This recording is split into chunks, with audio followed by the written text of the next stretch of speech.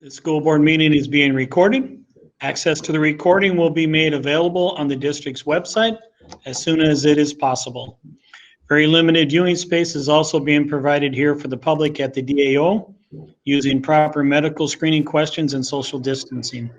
This meeting is also being live streamed. I also want to pass on to the public. We are in the process of upgrading to a new board book. So Mary sent out an email saying, we, along with other users of Board Book, have been experiencing a few glitches with our board meeting agenda as we transition to the new Board Book Premier. The attachments posted for this evening's agenda are intermittently very slow in loading. Board Book is working on this issue and hopes to have it resolved soon.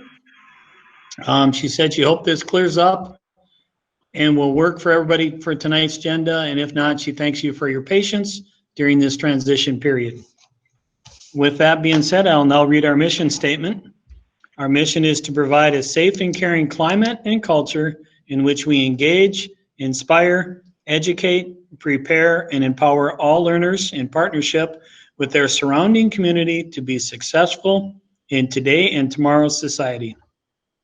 School board members, please remember to mute your microphones when you're not speaking. During tonight's meeting, a board member may use the chat option when wanting to make a comment or ask a question, or as I've been doing in the past, I'll rotate seeking any members' questions. We'll go that way, and I'll reverse the order every once in a while. Meeting's now called to order at 6:32. Today's date is July 15th, 2020. We are at the DAO and remote locations. Les, could you lead us in the pledge, please?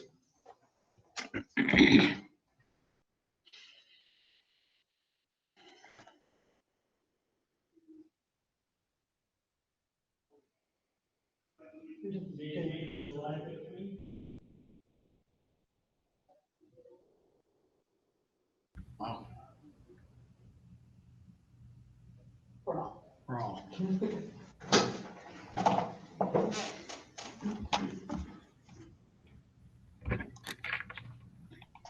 Could everybody hear Les? No. No. It sounds like it's about a minute lag time. All right, well, we'll proceed on and the audio will catch up with us. Les, if you can, could you please call roll, please? And remember to have the members state their location and the reason why they're appearing remotely.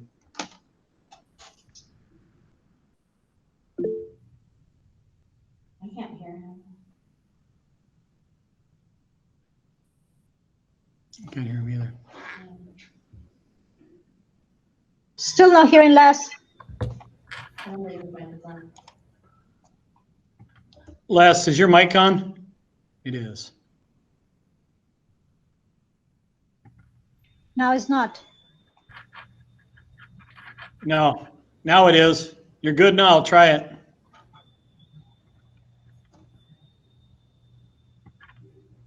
Wow. Still not.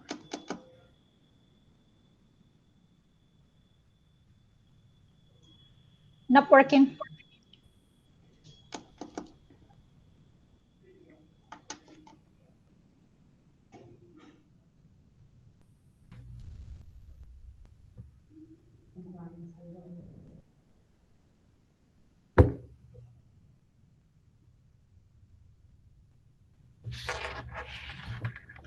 Can everybody hear me? Yes. All right. Tammy, you're my go-to. Can you take roll for all the execs and directors, et cetera? To call them out? Yes. Would go down the list, take roll. Les, we got this covered. Turn off your mic for a sec. Go ahead, Tammy. Okay, so this evening, and I'm going by my photo frame too, so it's random. So this evening we have Executive Director of Operations, Gary Ganji. We have Assistant Superintendent of Secondary Education, Lori Putnam. We have Executive Director of Human Resources, Tracy Bowe. We have Executive Director of Research and Assessment, Sylvia Huff. We also have, except I'm going to have to switch my view, sorry. We also have Executive Director of Community Education, Adam Hull. Executive Director of Business Services and Finance, Amy Scholarud. Executive Director of Special Education, Carol Potter. We have Executive Director of Learning and Teaching, Lori Posch. We have Assistant Superintendent of Elementary Education, Marcia Beisch. We have with us tonight Director of Technology, Ryan Cox. We also have myself, Okay. Director of Community Engagement and Communications. And I think I got everyone. All right. If anyone was missed, please speak up. Otherwise, we're going to move forward. We didn't call board members. You need board members, Tammy. I'm sorry. Okay, absolutely. So this evening we have with us Chairman Jeff Polreese. We have board member Shannon Hawes, board member Zach Dorholt. We also have board member Monica Segura Schwartz, board member Natalie Ringsmuth, board member Al Dahlgren, and there he is, board member Les Green. Awesome. Thanks for your help with that, Thanks, Tammy. You're welcome. All right. Thank you. Next up is the consent agenda. Jeff, do we yeah. need to say where we are from if we're not with you today? Al Dahlgren is at the DAO. Jeff Polreese is at the DAO. Shannon Hawes is at the DAO. Les Green is at the DAO. The other three board members are at home due to the COVID restrictions. Thanks, Jeff. Superintendent Willie Jett's also at the DAO. Thanks, Natalie. All right, tonight on the consent agenda. The consent agenda consists of non-controversial items that the board routinely adopts without debate. Any single member of the board may remove an item from the consent agenda by requesting removal at the time the consent agenda is moved for adoption. The full text of items can be found at the end of the agenda. Tonight we have a pretty full consent agenda. Item A is approval of tonight's agenda. Item B is approval of minutes for the meeting we had on June 17, 2020. Item C is approval of payment in bills and financial transactions in the amount of $5,674,456.28. Item D is approval of personnel staff changes. Item E is the acceptance of grant awards and donations. Item F is quarterly expenditures for board members. Item G is approval of the Minnesota School Boards Association membership renewal for the calendar year 2020-21. Item H is approval of the AMSD membership dues for 2020-21. Item I is the approval of the Minnesota High School League membership renewal for the year, guess, 2020-21. Item J is approval of the applications for cooperative sponsorships to the Minnesota High School League. Item K is approval of the treasurer's report for the month of May 2020. Item L is approval of monthly financial report for May of 2020. Item M is the McKinley window replacement project change orders totaling $42,212.86. Item number N is the 10-year long-term facilities maintenance plan. Item O is call for bids for the sale of MacBook Air computers. At this time, I'm looking for a motion to accept the consent agenda as read. I'll motion to accept it. All right, Second. I have a motion from Shannon, and it looks like Natalie seconded it. Les, are you with us? No, he's not. He's getting a Okay. computer, so You're I gonna can do it. Shannon's gonna take the roll for the vote. If you turn your mic off. Yep. Okay, Shannon Hawes is a yes. Jeff Polreese, Yes. Zachary Dorholt, Yes. Al Dahlgren, Yes. Monica Segura Schwartz, Yes. Natalie Bingsmuth, Yes. and Les Green. Can you nod?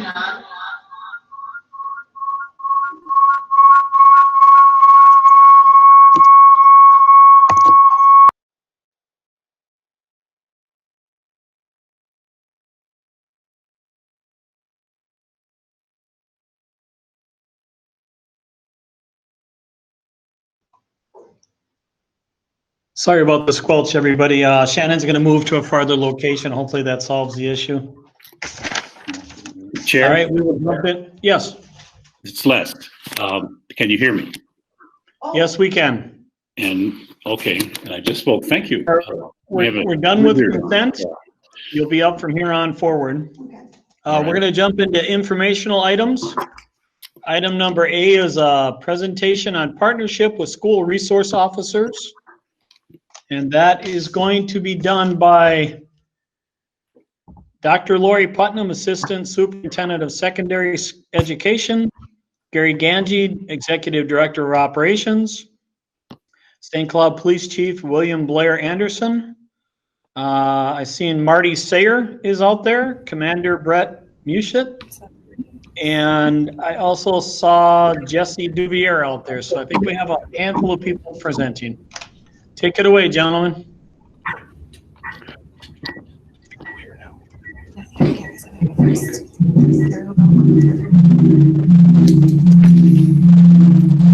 Is that us?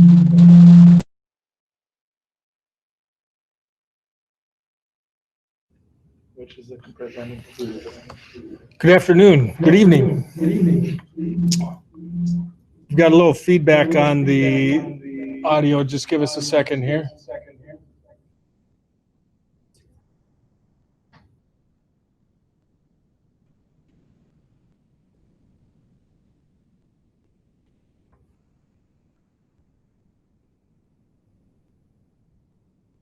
No? Yeah, want to relaunch it? Okay. Good evening. Dr. Putnam is popping up the PowerPoint presentation. This evening, what we're going to do is give you an update on our SRO agreement, our partnership. Hang on one second. Ryan's just adjusting the audio. Ryan, if we turn that down all the way, could we just use this volume?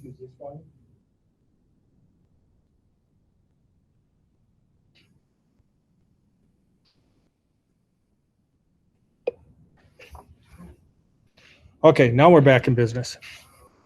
So what we're going to be visiting with you tonight is our partnership with the local police departments. With us this evening is Chief Anderson. Assistant Chief Oxton was involved in the planning of this presentation, but he had a conflict tonight. But we want to recognize Jeff's work with our partnership. We have Commander Muschet, Commander Sayer, Sergeant Duvier, Dr. Putnam, and myself. Also joining us in the audience is Chief Bentrude, who we also have a partnership with the White Park Police Department as well as the St. Joe Police Department, but Dwight couldn't be with us here this evening. Good evening. It's truly my and our pleasure to have the chance to talk with you tonight about the role of SROs in our schools. Lots of districts have SROs, and in fact, you've heard a lot about it in the news lately. And I feel confident in saying that our partnership is unique, and truly it's a cut above the rest. You see, I'm not from Minnesota, so I have no problem claiming all of the things that we should be proud of, and this partnership is truly one of them. So tonight, please enjoy this opportunity to hear from the St. Cloud Police Department and the district administration on our SRO partnership. And it's my honor to turn it over to Chief Anderson. Thank you, Dr. Putnam, and thank you all for allowing us to spend some of your valuable time with you tonight. I'll get right to it. Fortuitously, as I talk to you now, I am co-chairing one of 16 subcommittees on the President's Commission on Law Enforcement and Administration. And as you can see on the screen, the committee I'm co-chairing is a Juvenile Justice Work Group. And we have talked about a great many things as it pertains to juveniles in the justice system. And we spent a great deal of time on school resource officers. That working group is comprised of law enforcement folks from all over the country. There is a U.S. attorney on our working group. There is an actual SRO. There are sheriffs. There are district attorneys. And one of the more salient points that we make in the chapter that we were responsible for writing is the role of SROs. Despite what has been talked about in the metro and in some other places across the nation, there are plenty of agencies across the country that place the proper value on SROs, and ours is one of them. One of the most important jobs in any police agency to me is the field training officer. Those are the folks that train the new police officers. So if I had to rank them, it would be 1 and 1A. School resource officers would be right there on the same level with the field training officer. And we do the right things right. And I don't say that to brag. I say it because it's the truth.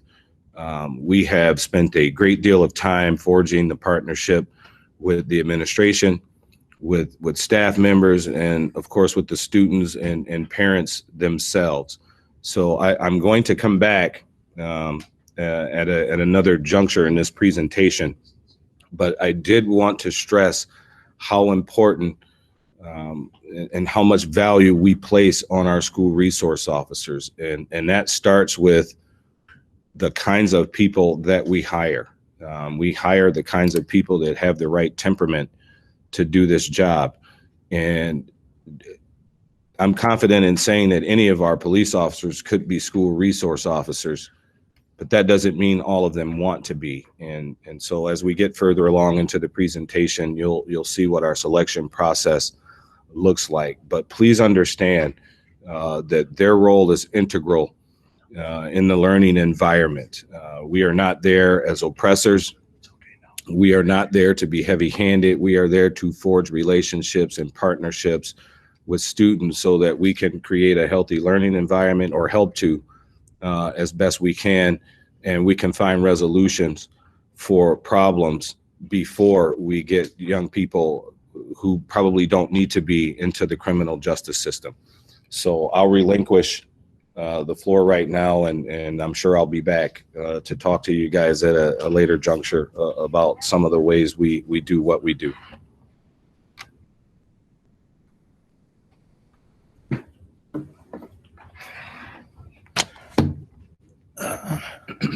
Hello, I'm Commander Brett Mushat, obviously with the police department. I just want to briefly read this and kind of just, I was asked to talk just a little bit about my history and my experience with the SRO program. The ultimate goal and objective of the SRO is to divert students away from initial or continuous involvement in the juvenile justice system into preventing initial or continuous acts of delinquent conduct. It is of the utmost importance that the SRO establish positive relationships and bonds with the students. It is believed that the interaction between the child, police officers, school faculty, teachers, and parents will be effective in achieving a safe environment where learning and socializing can take place. That's directly from our policy. To give you a little bit of my history and kind of the historical on our SRO program, I believe we started putting SROs in buildings back in, I want to say, the fall of 1992. I happened to be a junior in high school at Tech High School at the time.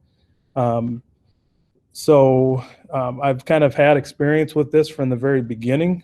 Probably my first interaction with a school officer, or probably police in general, was with one of our current sergeants now, Sergeant Annie Whitson, who ended up being, she was moved to Tech High School in the spring of 93. I graduated in 94.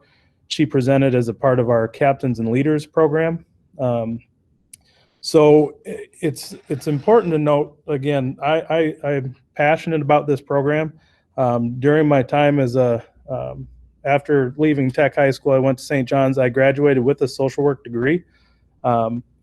Since then, I coordinated the program, the PAL program, our Police Activities League program, prior to becoming a police officer, and I worked with many of our SROs running that program.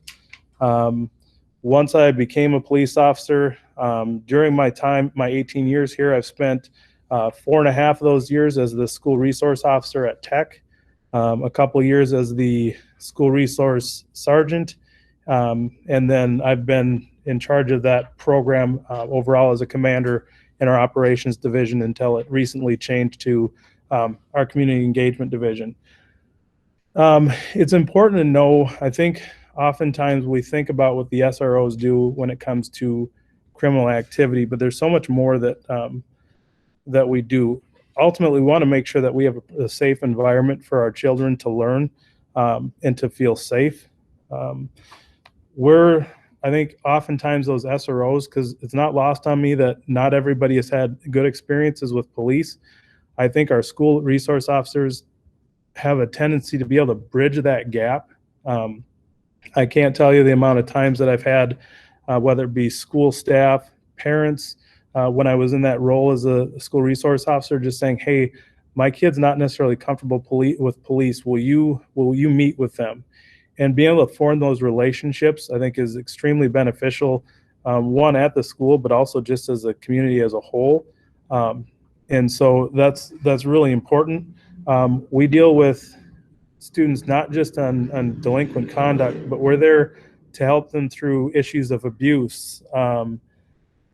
A lot of the things that we prevent that maybe don't get tabulated day to day, as far as just some of the relationships that we've built, where I can see a kid in the hall that is maybe having a bad day, and having that conversation with them before that turns into some sort of fight or some sort of disrespectful conduct to a teacher.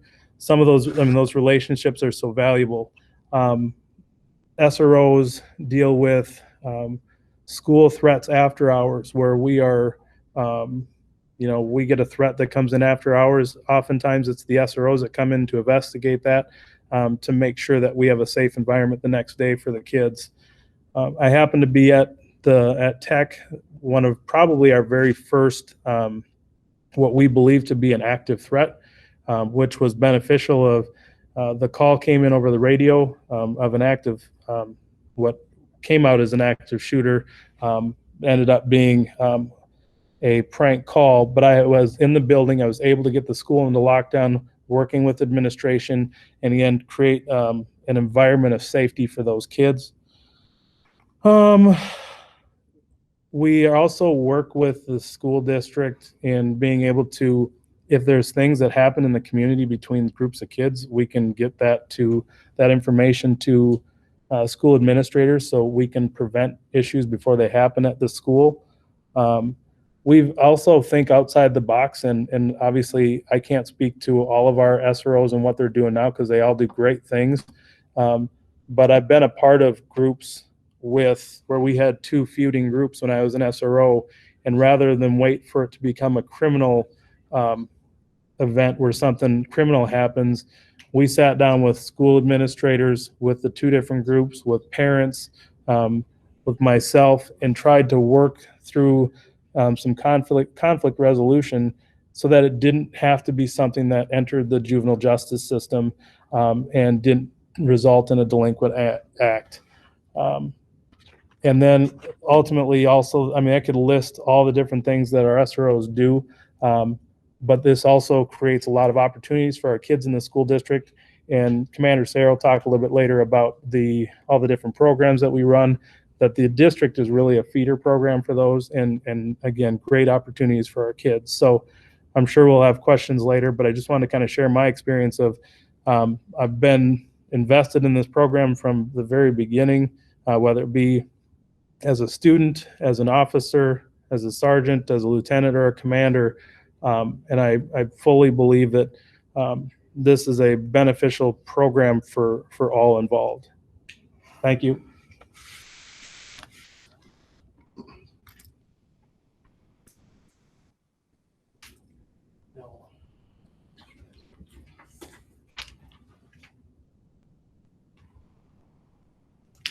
Thanks, Gary.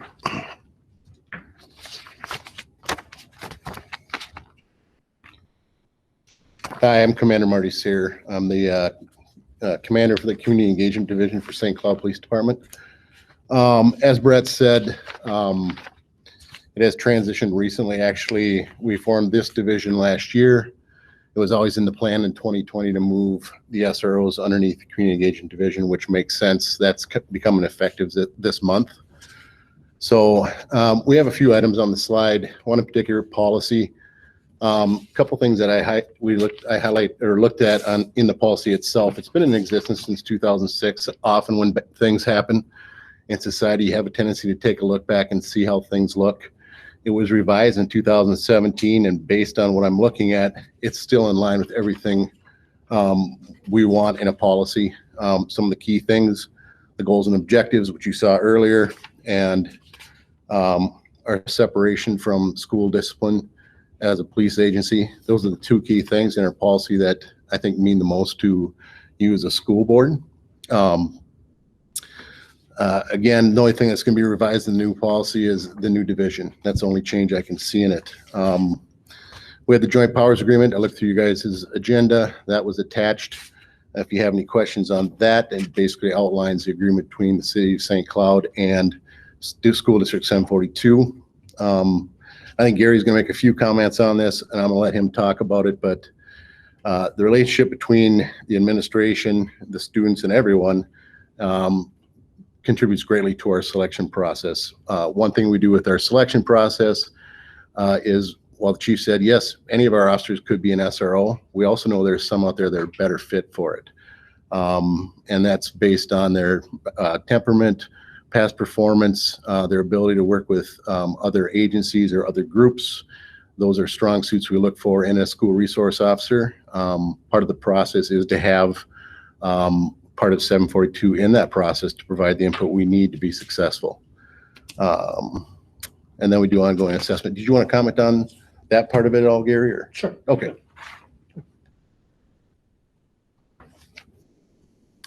Yeah, as I mentioned in the beginning, we have a partnership with all of our law enforcement programs, entities throughout the community. We have St. Cloud, Way Park, St. Joe, Stearns County, Sherburne County. All of those law enforcement agencies serve our district. We meet monthly to talk about what's going on. We will that as an advisory group so that we can find out from law enforcement and other first responders things that will help us with the education of our students. And it's a 1 hour meeting that is packed full of good discussion. I know a number of you board members have sat in on some of those meetings, and I think you would concur that those are very valuable. I want to talk a little bit about the relationship between our administrators and the police department and the police administration. We rely heavily on our police departments for planning and training within the schools as we plan for safety. The officers are just invaluable in doing threat assessments and safety assessments and those types of things. Really, when we think about the police department, we think about the typical duties of the police department. When we look at our relationship with the police departments, I'll give you a few examples that show how I think in this community it just goes a little bit further. I recall getting a call from Chief Bentrude in the wee hours of the morning one day where his officers had heard some rumblings out in the community about something involving a McKinley student. what that did, it enabled us to get our building staff and administration in early to talk about it, to address the situation with the student and mitigate anything that could have come out of there. We didn't have to wait until the students arrived because the police department knew our students. They knew the situation. They knew who to get a hold of. Another time, early in the morning, I received a call from Commander Jim Steve. Many of you know Jim. He's recently retired. One of our students' parents was killed in a automobile accident, and Jim knew that this was a student. In this situation, I knew that Superintendent Jed had a personal connection with this student, so the superintendent was able to be there with that student when notification came. Again, that's just the value of this partnership. And it's Summertime by George. Many of you have been there, thousands of people down there. We get a lot of students. At one time, the police department reached out to us to say, boy, we have a lot of students down at Summertime by George. Would it be possible to get some of our principals down there so that we have a few more people that knows these kids? And our principals stepped up right away, got involved, and it was just a wonderful partnership. And every summer they ask, do you need us at Summertime by George again?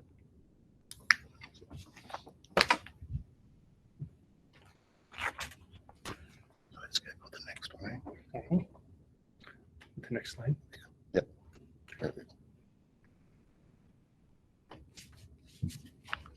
All right, so I'm going to talk briefly about our selection and standards. The chief talks about this best, but our character-based hiring for officers. So our SRO selection starts at the hiring of the officers initially. We go through a process that hires quality people with good character, and the character-based. The best example the chief always gives is if you've never volunteered to do anything in your life and it doesn't reflect on your resume or in the selection, you're not going to work for the St. Cloud Police Department. So items like that, looking for those types of things in the selection process, also observing for the same through the 8 weeks of training at entry level, and then several months of field training before actually hitting the road and patrol. So any new SRO is not coming straight into the SRO position. You're going to earn your time in patrol. And we will have a long history of how that performance of that officer is when we get to the selection process for an SRO.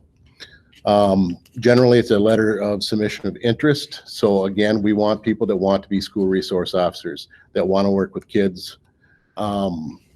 We have the interview panel. Again, it consists of, primarily administration from the St. Cloud Police Department, including District 742. So we all can come to a conclusion on who the best candidate is. Our post and department mandated training that we conduct, that's department-wide. I was a training sergeant for 3 years for St. Cloud. We often doubled or tripled the standards as far as credit hours that the state of Minnesota post board demands.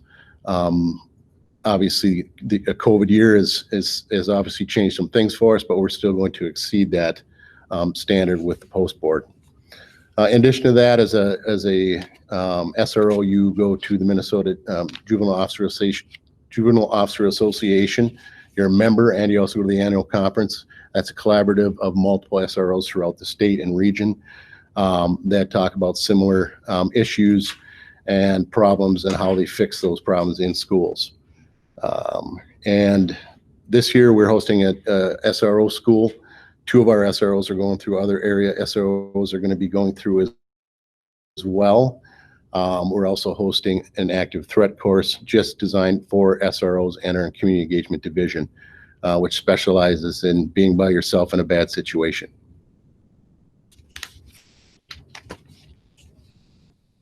Wrong one.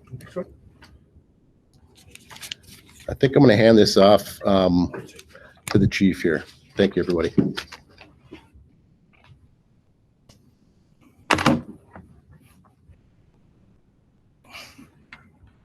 Thank you again. I'm back. I think this slide right here speaks for itself. It illustrates the myriad ways we engage our community, but particularly our youth. I don't think I can overstate that the duties of a school resource officer in St. Cloud extend far beyond the school day and far beyond normal work hours. If you take a look at this collage, this is just a small sample of the ways we engage our youth. And we're very deliberate about how we structure these programs and who we involve with respect to staff. If any of you have not heard about our Skylar program, our St. Cloud Youth Leadership Academy, which you can see the pictures there on the bottom left, which we do for young men and young women at risk. And when people ask me, well, what is an at-risk youth? My answer is any of them if we don't intervene and sustain that intervention. And so those are some of the tenets that we base those programs on. And I'm happy and I'm proud to say that when we take those kids away for that youth leadership academy, for that camp, which is a week-long endeavor, the entire staff is made up of SROs and myself and some other administrators. And again, that's very deliberate because once that program ends, our work is just beginning. We continue to mentor those students, and all of the students in our programs come from District 742. And we continue to mentor those students as best we can until they graduate from high school. One of our mottos is building better citizens through early and sustained intervention. And these are some of the ways that we do that, whether it's with our PAL, our Police Athletic League, whether it's through the Cop House, Bigs and Blue. I allow our officers to mentor through Big Brothers and Big Sisters on duty. And again, oftentimes those kids are coming from 742 because they live in our area. Our Child Response Initiative serves kids and families who otherwise would not receive any services, but they certainly are experiencing those ACEs, those adverse childhood experiences. They just don't rise to the level of protective services getting involved, but clearly it's having a negative effect on them. And so, again, that's a small sample size for the way that we utilize our school resource officers. I just want to go back to the story real quick that Gary was telling about Summertime by George. We were having some issues with those tweeners. You know, we've got things for the smaller kids. We've got the splash pad and the bouncy houses, and our SROs are out there to engage the kids. And then you've got the older folks, be they kids or adults, who are there for the music and the other parts of the entertainment. But those tweeners, like most kids, when, you know, they're not interested, they find mischief.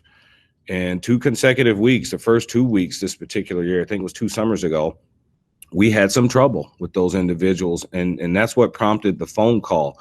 We were asked by the Rotary to make those problems stop. And our answer was unequivocally, yes, we can. However, it's going to appear heavy-handed, but we can make it stop. And we didn't want that. So we reached out to the school district, and the end result was we wound up pairing those principals and those counselors and some other staff members with the police officer, with counselors from the Boys and Girls Clubs. And trust me when I tell you, it was a beautiful thing to see when you've got a young person out there that's cutting up, and the police don't walk up on them, but their principal does, and just gives them the look, and all the mischief stops.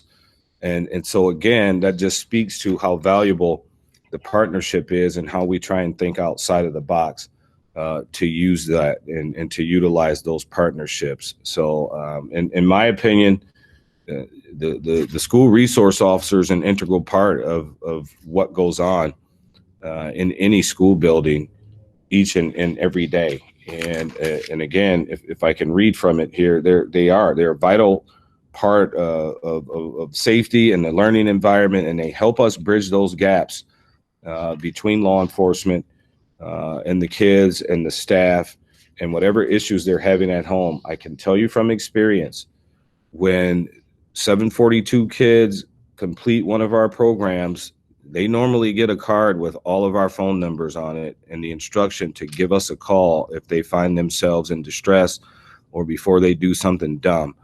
And some of the kids take advantage of it, some of them don't, but the ones who do, when they reach out, we reach back, and we're very proud of that. So I'll step aside again here so we can get to the next slide, and I'll be available for questions. Thank you.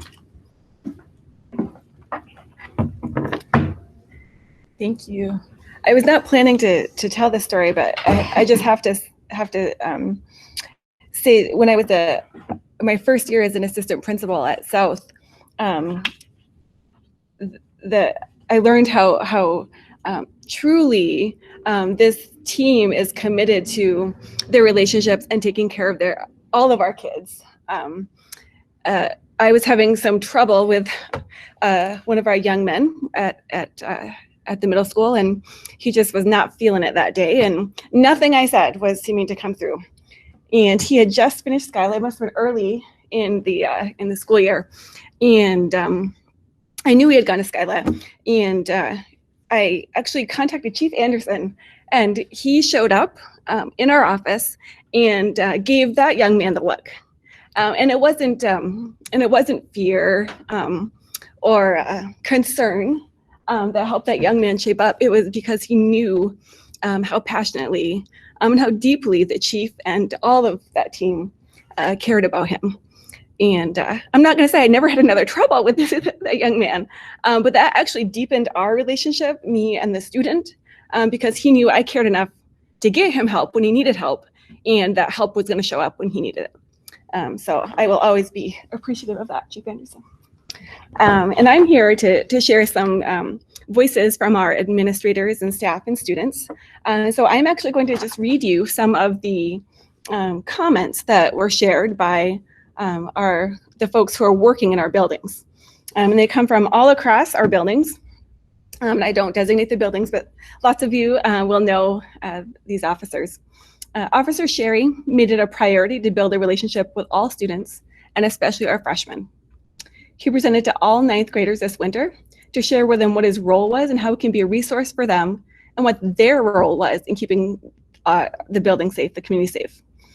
He also set up a presentation for all freshmen after our Kimball Respect Retreat, including the K-9 unit, and showed our kids what the K-9 did. And if you want to see engaged students, bring in the K-9 dog. It is just, you could hear, right? You could hear a pin drop. I keep begging them to invite me, but no one has yet. In March, when our boys basketball team won the section championship in Melrose, Officer Sherry helped arrange, and he was not on duty, helped arrange a police escort for the team when they came into town. And the escort brought the bus and cars following into Apollo. And knowing, those of you who know that those kids did not get to go on to the state tournament, you know what a great moment that was for those kids. And for Officer Sherry to put that extra time in, and for our police officers to respond in accordance and give them a beautiful tribute was just truly incredible.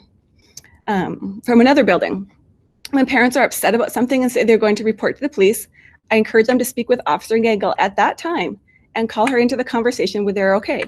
She is very responsive, and able to help parents through their concerns in a professional manner. Also from North, we have worked and communicated all summer about our students from North. Officer Gangle will often FaceTime me when she's in the community so I can see the kids and they can see me. The SROs have been partners with South have all been positive. Not only have they been a resource for support, but they've taken the role of mentor for many of our students. Felicia took it upon herself to reach out to various students and families, provide opportunities such as Shop with a Cop during the holidays in Skyla, and be a positive resource for families looking for support. Our current SRO, Jason Larson, has been proactive in being visible in the building. He engages with students during lunch and passing time, and is known as someone they can go to in times of need. This is from someone who's been here a while. I also think back to my time in the classroom, and for the many years I had Tad as an educational resource for 2 days of help for students who'd come in and share his knowledge on the topics of tobacco, alcohol, and drugs.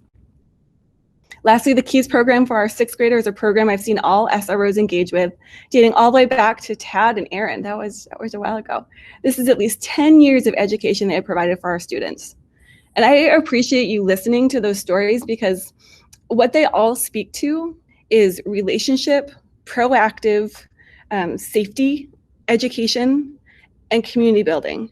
And that's why I said at the outset, this is a unique partnership.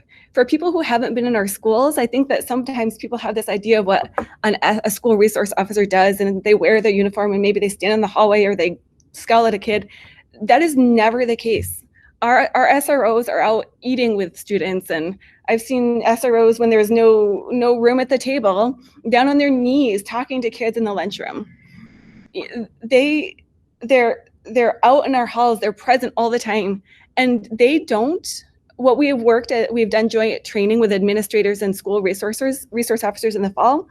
They don't insert themselves into our discipline situations or situations of concern, unless of course there's a safety issue, unless we invite them in. That's how we train, that's our protocol. And they are so respectful of that. Our administrators, when I told them this was happening, I had all of these and actually more stories in my inbox by the end of the day. And that didn't even mention things like the basketball, the students at Riverwoods and the SROs doing a basketball game, or the time when we had a swarm of bees at Kennedy that blocked our bus entrance, and our SRO was there with support, rerouting traffic with a half hour left to go. There were just countless ways that's why I put on there all the unnoticed things. There were just countless ways that our SROs partner with us that people have no idea happen, and that are truly integral to the work that we do in keeping our students and staff and families safe. And we also wanted you to be able to hear from our students. So if you take a look at this data, this is data from our 2019 climate survey. You'll recall that due to the disruption caused by COVID-19, this year we chose not to give the climate survey because our students were unfortunately not with us. Could you turn the volume off? Sorry about that, we had a little malfunction. Sorry, the Minnesota Student Survey, and we did not give the Minnesota Student Survey this year because of the COVID disruption. So this is the Minnesota Student Survey from 2019. You'll see the 8th, 9th, and 11th graders that took the survey are represented here. And the first two questions, what those speak to are relationship, right? And about 3/4 of our 8th, 9th, and 11th graders, and I emphasize those grades purposefully, say that they would go to their SRO if they knew something illegal was happening or if they needed help with a problem. And I think all of us know that adolescence is not a hallmark of seeking out adult help, or just seeking out help in general. And that 75% of our students on average at the 8th, 9th, and 11th grades would go seek out the SRO speaks to the depth of relationship and the familiarity they have with our SROs. And then when you get down to the last question, I think it is a good idea to have an SRO or police officer at our school. Between 92 and 98% of our students say yes. Yes. They want our SROs, not any SRO, they want our SROs in our schools. So on behalf of all of us, we appreciate the opportunity to share this with you. And we're going to turn it over to... Yep, let me, if you don't mind, I'll introduce him, Dr. Yes, indeed, Chief Anderson. Hi, I just wanted to, before we close out here, I want to introduce Sergeant Jesse Duvier, who's our current SRO supervisor. And we kind of saved him for last, because he truly embodies the spirit of some of the things that we are trying to do. And I'm going to set this up for him, and he can talk about some other things if he wants. But when you saw that collage, and one of the programs you saw was PRIZE, which is promoting resilient youth through support and education, that is something that Sergeant Duvier developed along with a district contractor who is a family therapist, because he saw a need for kids who had an incarcerated parent or loved one that weren't necessarily being met. And that's no slight to anybody within the confines of the school building. It's just something that he observed, and he brought that plan to me and we've gone forward with that. So I'll let Sergeant Duvier come in and talk a little bit about that or whatever else he wants. So, Sergeant.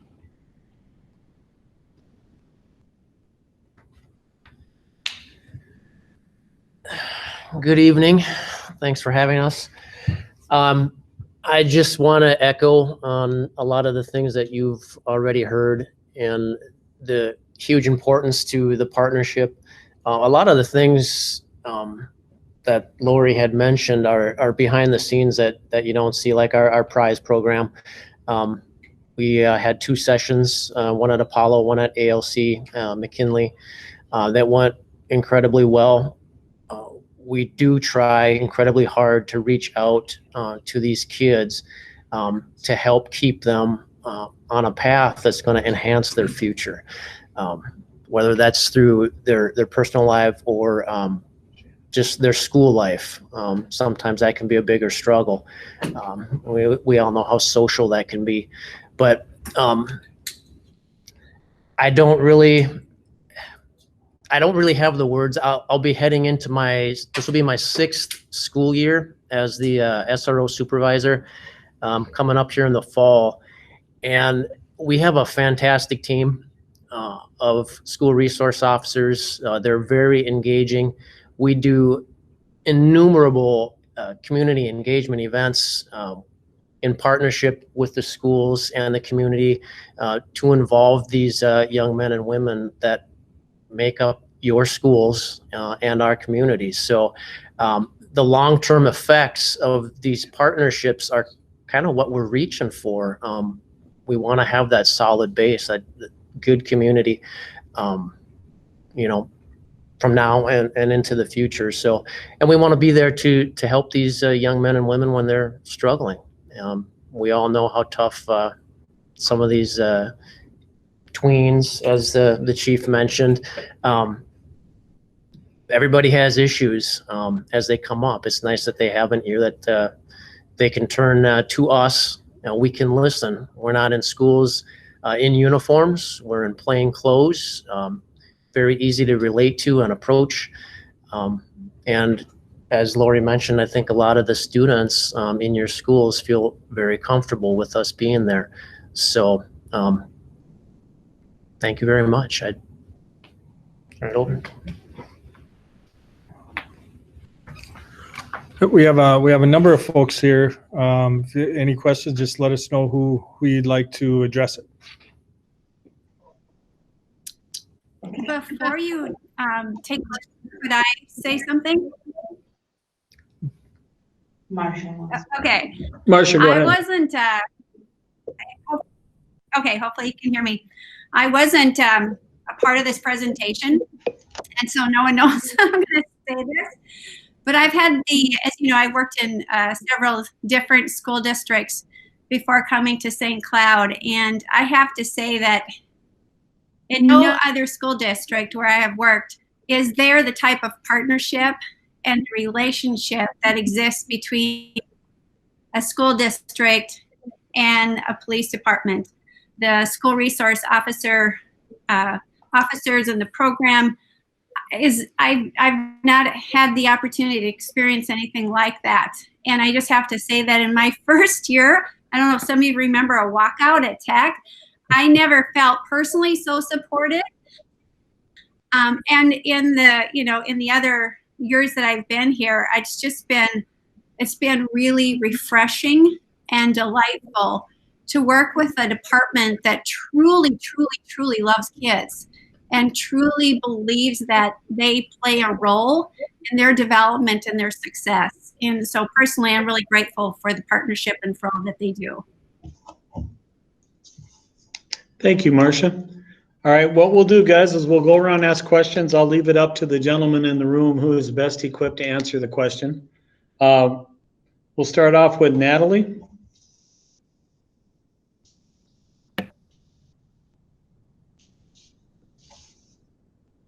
Is she talking? I can't hear her.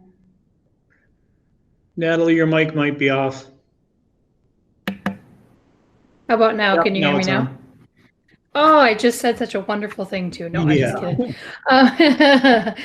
It was all about you, and it was wonderful. I have really had the honor over the past month since we knew we were going to be getting this presentation of meeting with many parents in the district, folks who have kids as young as kindergartners, and preschoolers, all the way up to folks who have some students still in our schools, but some that have graduated as well.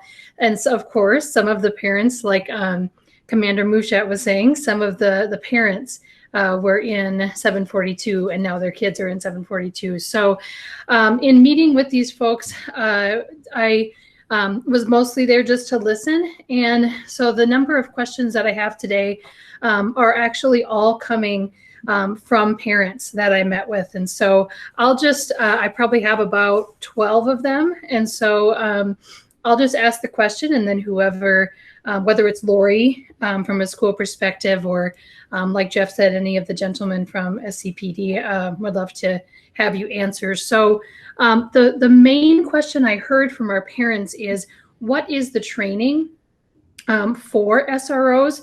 They're wondering, is it school-based? Is it only based SCPD? Or like Lori had just mentioned, is there some cross-training where our SCPD SROs are trained schools with school leaders as well? Hi, I'm back. Hi. Thank you. So we send our school resource officers to a basic SRO school that's put on by Homeland Security and Emergency Management. That's I think it's about 4 days, 3.5-ish of training. We attend conferences, mainly the Minnesota Juvenile Officers Association conference. And then internally at our department, we also have, it's like a training program where it's got a manual, it's got a ton of information in it. As the new SROs come in, we make sure that we introduce them to all the district administrators, show them where everything is, get them into all of the various schools, because a lot of times if there's an issue at a building, or if someone's on vacation, someone else has to cover. So we make sure that everybody knows where everything is, who's where, who's doing what, any sort of contact information that's needed as far as that stuff goes. But the biggest thing I think that you're looking at here is that basic SRO class. We get a ton of information up at the Juvenile Officers Association from different social workers, administrators, things of that nature. And then, of course, the school district has been really good with partnering with us and getting our new school resource officers up to speed as well. So. And specifically on the type of training, a couple parents were wondering if SROs have de-escalation training and trauma-informed training. Yes. And that's actually, that's easy. Okay. Well, it is that easy because our department in general has that training. Okay. So, and we have people that have attended the crisis intervention training. Boy, I think Commander Sayer could probably speak a little bit better to that as a former training supervisor. But yes, the short answer to that is yes to both. Okay, great. I think that's the main couple questions I have on training. The next question that one parent had was why, are handcuffs and guns allowed in the school environment on our SROs? And if so, what is the purpose for that? Well, the general purpose, overarching, is safety. Well, I don't want to get into all the school issues, but I'll let the chief hang on this one. You don't have to. The simple answer is they are still police officers. And although they are working in conjunction with the school district, nothing supersedes their authority bestowed upon them by the state as peace officers. And as peace officers, they are required to carry a firearm on duty, no matter where they're assigned. Okay, thank you, Chief. So specifically in thinking about some of the things that have happened at Tech this past year and thinking about the process for how does it, is there like a short way to explain the process of how a student goes from getting in a fight to actually being charged with something from SCPD's standpoint or from the city's standpoint? Because I know we have our own, discipline that happens, but then also it can rise to a level where the city's involved as well, or SCPD is bringing charges. Can you explain that a little bit to me? Well, first of all, the police department doesn't bring charges. That comes through the city and or the county attorney. We make arrests, and in those instances where it's applicable, we cite folks. But here's the best example I can give you. A fight is a fight. If two kids get into a fight and one punches the other in the face and the other one scratches the other one, that's a fight. That's something that we probably all have seen. But when you get to the point where somebody is getting kicked in the head or getting kicked in the face or getting stomped, that kind of escalates things. And those are the kinds of things that probably more than likely are going to be charged. Or if we have a melee or if we have a brawl, and in the instance you bring up, there were not only students, but some staff members who were assaulted. And so we sort that stuff out. And then we consult with the county and or the city attorney to determine who will be charged with what. Okay, thank you. Can I jump right in to add Please to do. the conversation? So, Natalie, to answer that question, and the chief answered it eloquently, I'm going to get specific to that moment, or there's been other moments. You had the police officers or the department. You had Janelle Kendall's office, and you had administration. We all sat in a room together. None of these decisions were made apart from each other. It was made in collaboration. And I think that's one of the things that Marcia Beisch was talking about. I think that's one of the things this entire presentation emphasizes, that all three, that the district and the law enforcement and the officials, we've been working together. And I think that's unique, and I'm appreciative of it. Thank you, Superintendent Chet, for that clarification. I appreciate it. Let's see here. Are there school security officers that aren't SROs, or are the SROs the only security that we have within our buildings? That one's not for me, so I can only speak to SCPD. So thank you, Chief.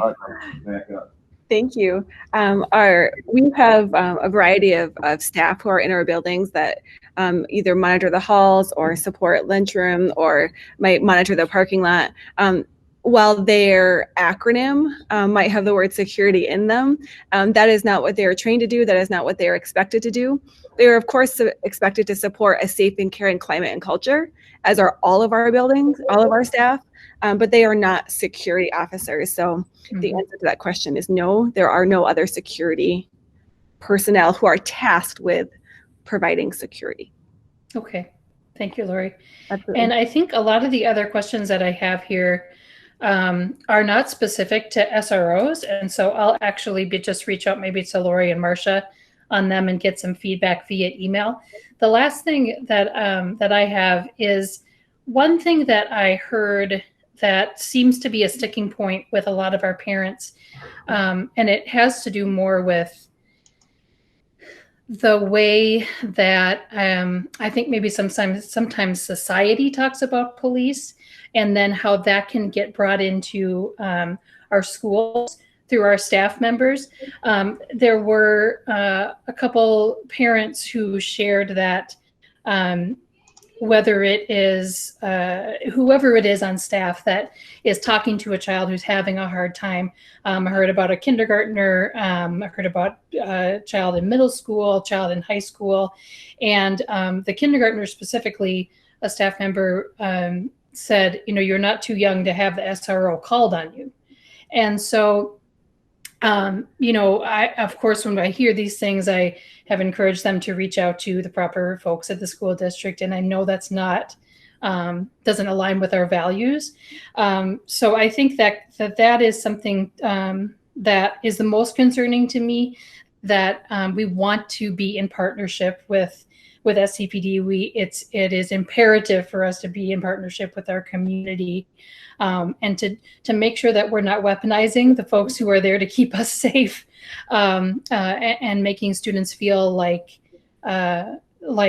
they are there to do anything but keep them safe. And like I don't remember who said it, but someone said early and sustained intervention. That's really the goal. And of course, to weaponize our SROs against our students in conversations will never allow us to reach that goal. So I think that's more on our end with how our staff talks about our SROs. And just to bring that out there, since that was heard multiple times in my conversations. But thank you, Lori, and thank you to Chief Anderson, and both commanders and sergeant as well for this presentation today. Appreciate it. All right, thank you, Natalie. Next up would be Zach. Zach, do you have any questions? I do not have any questions. Just wanted to thank all the officers. I believe they do a good job in our school. You got me out of what could have been additional trouble when I was in high school, and so of course the work you do prevents them from ending up in my office in Stearns County Jail. So keep up the hard work, because fewer on my client load is always better. Thank you, Zach. Monica, you'll be next. Thank you, Chair Porras. I wanted to start by addressing the elephant in the room, and wish the chief started his presentation with it. So we had climates in our nation that are calling for defunding police and taking police out of schools and those kind of things. So I wanted to acknowledge that is present. I also wanted to acknowledge that not only board member Natalie Rismo has been receiving comments from parents or people asking for either taking SROs officers out of schools or having complaints about SROs officers. I have received those as well, and I'm also aware that the board as a whole has received them, because I had been copying the ones that had been received by the board. So just wanted to put that out there. Then in terms of questions, when I was actually asking for this presentation, what I was asking the administration is something that has not been responded here, which is, how do we evaluate this program? I am interested in knowing how does the school evaluate not only this program, but all the programs. And if you have seen me, I had been the evaluation board member that asked that continuously for every single program that we have. I wanted to have an inventory of them and an evaluation strategy for each one of them. So that's my main question about this. And I'll give you some room to answer. I also have some other things that I wanted to add. So before I get the opportunity to answer that question, I wanted to ask, let me see, I have some things from the presentation that I wanted to understand. Some of the things that, some of my philosophy of how I see education, and some of the standards that I advocate for is exactly relationship building. And relationship building for me is fundamental for the people that are in charge of educating our kids. So there are two instances in this presentation, with one Lori and another time, I don't remember, it was Commander Brett or somebody else, mentioned that there is an issue about somebody not having a good relationship with a student, and then an SRO officer intervenes because this person has the relationship with the student. I think that is great that the SRO officer has a good relationship with the student and that they are at the schools to build that relationship. But kids are at the schools to learn. And in my opinion, they need to have been building those relationships with the teachers and with the people from the school that are in charge of their education. So, I forgot exactly what instance was brought up. But in the case of Lori, for example, I can ask you directly, why did you call the SRO officer to help you with that? I mean, why was this person the first person that came to your mind when you were an assistant principal instead of, I don't know, Willie? Because I think our administrators will use any tool at their disposal to build a relationship. Had Superintendent Jett had that relationship and I knew it, I would have called Superintendent Jett. Had the custodian had that relationship and I knew it, I would have called the custodian. At this point, I had just come from the Skyla graduation and I knew the chief had a relationship with a student, and to his extreme credit, he showed up. And we will use any tool at our disposal, and we are grateful that they happen to be one of them. So wait, you called the chief, not the SRO officer? Correct. So what is again, I want to understand the role of the SRO officers in the schools. And I want everybody to understand that I know that there is a partnership between the police department and the schools, and I think is wonderful. And the array of programs that the chief showed in his presentation, I thought that they were wonderful. And I had a chance to ask the chief a lot about those programs in the last presentation of the police agreement, where he presented kind of the same slide.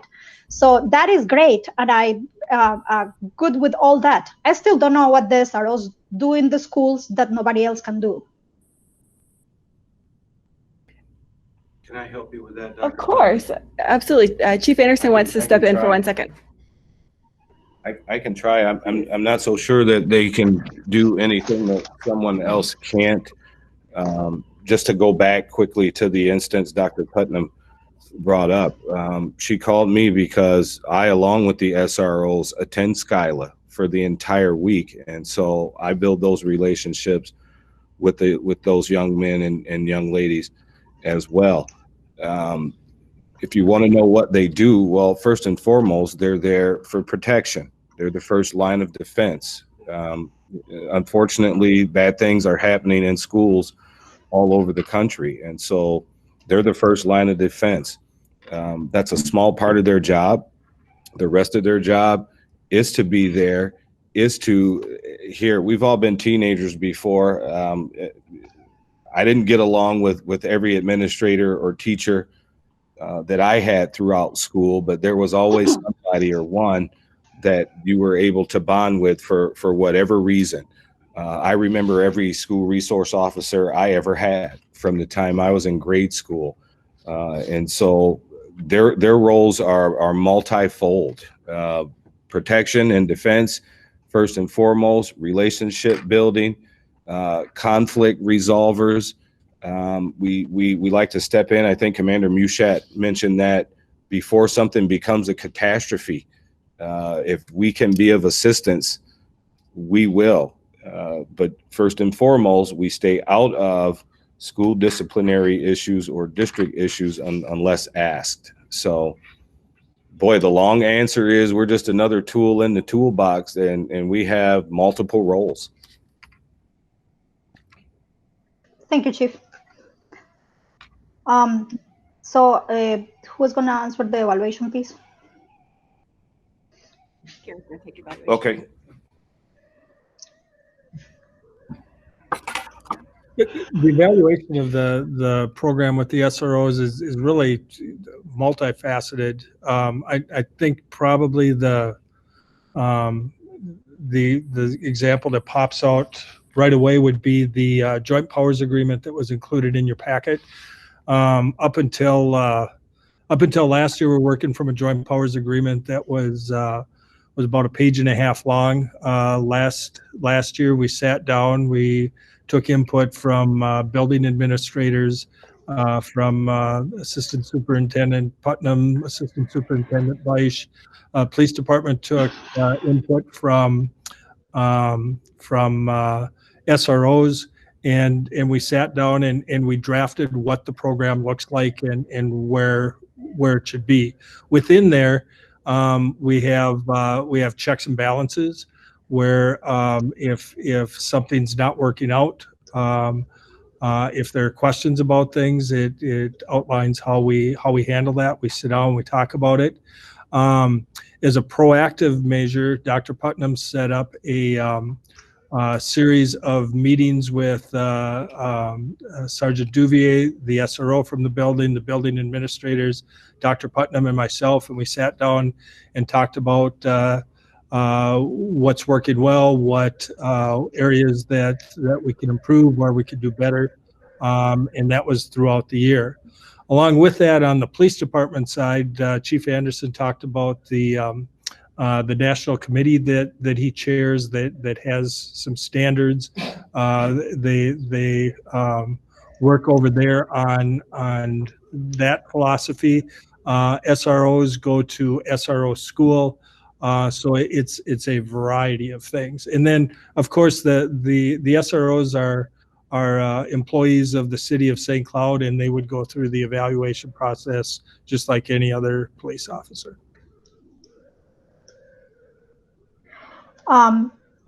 Gary or Amy, I also have received questions about cost. And I'd like somebody to answer the question about how much does this program cost to the district? I can take that, and Amy can jump in. The St. Cloud program is I believe it's around $185,000 a year. Amy can talk about how that's funded. But what I'd like to say is what we get for that. I believe that the cost of a police officer is probably around $90,000 a year. Would that be fairly accurate, Chief? 90 to 100,000. So for that, you would think that we get 2. We get 5 from St. Cloud along with a sergeant. So we are getting a very sweet deal. Thank you so much. And Willie, you did answer to me at some point that some of the advantages of this program, when I was asking you for questions, I'd like you to tell them, to explain them here, and why do the district likes to have SRO officers?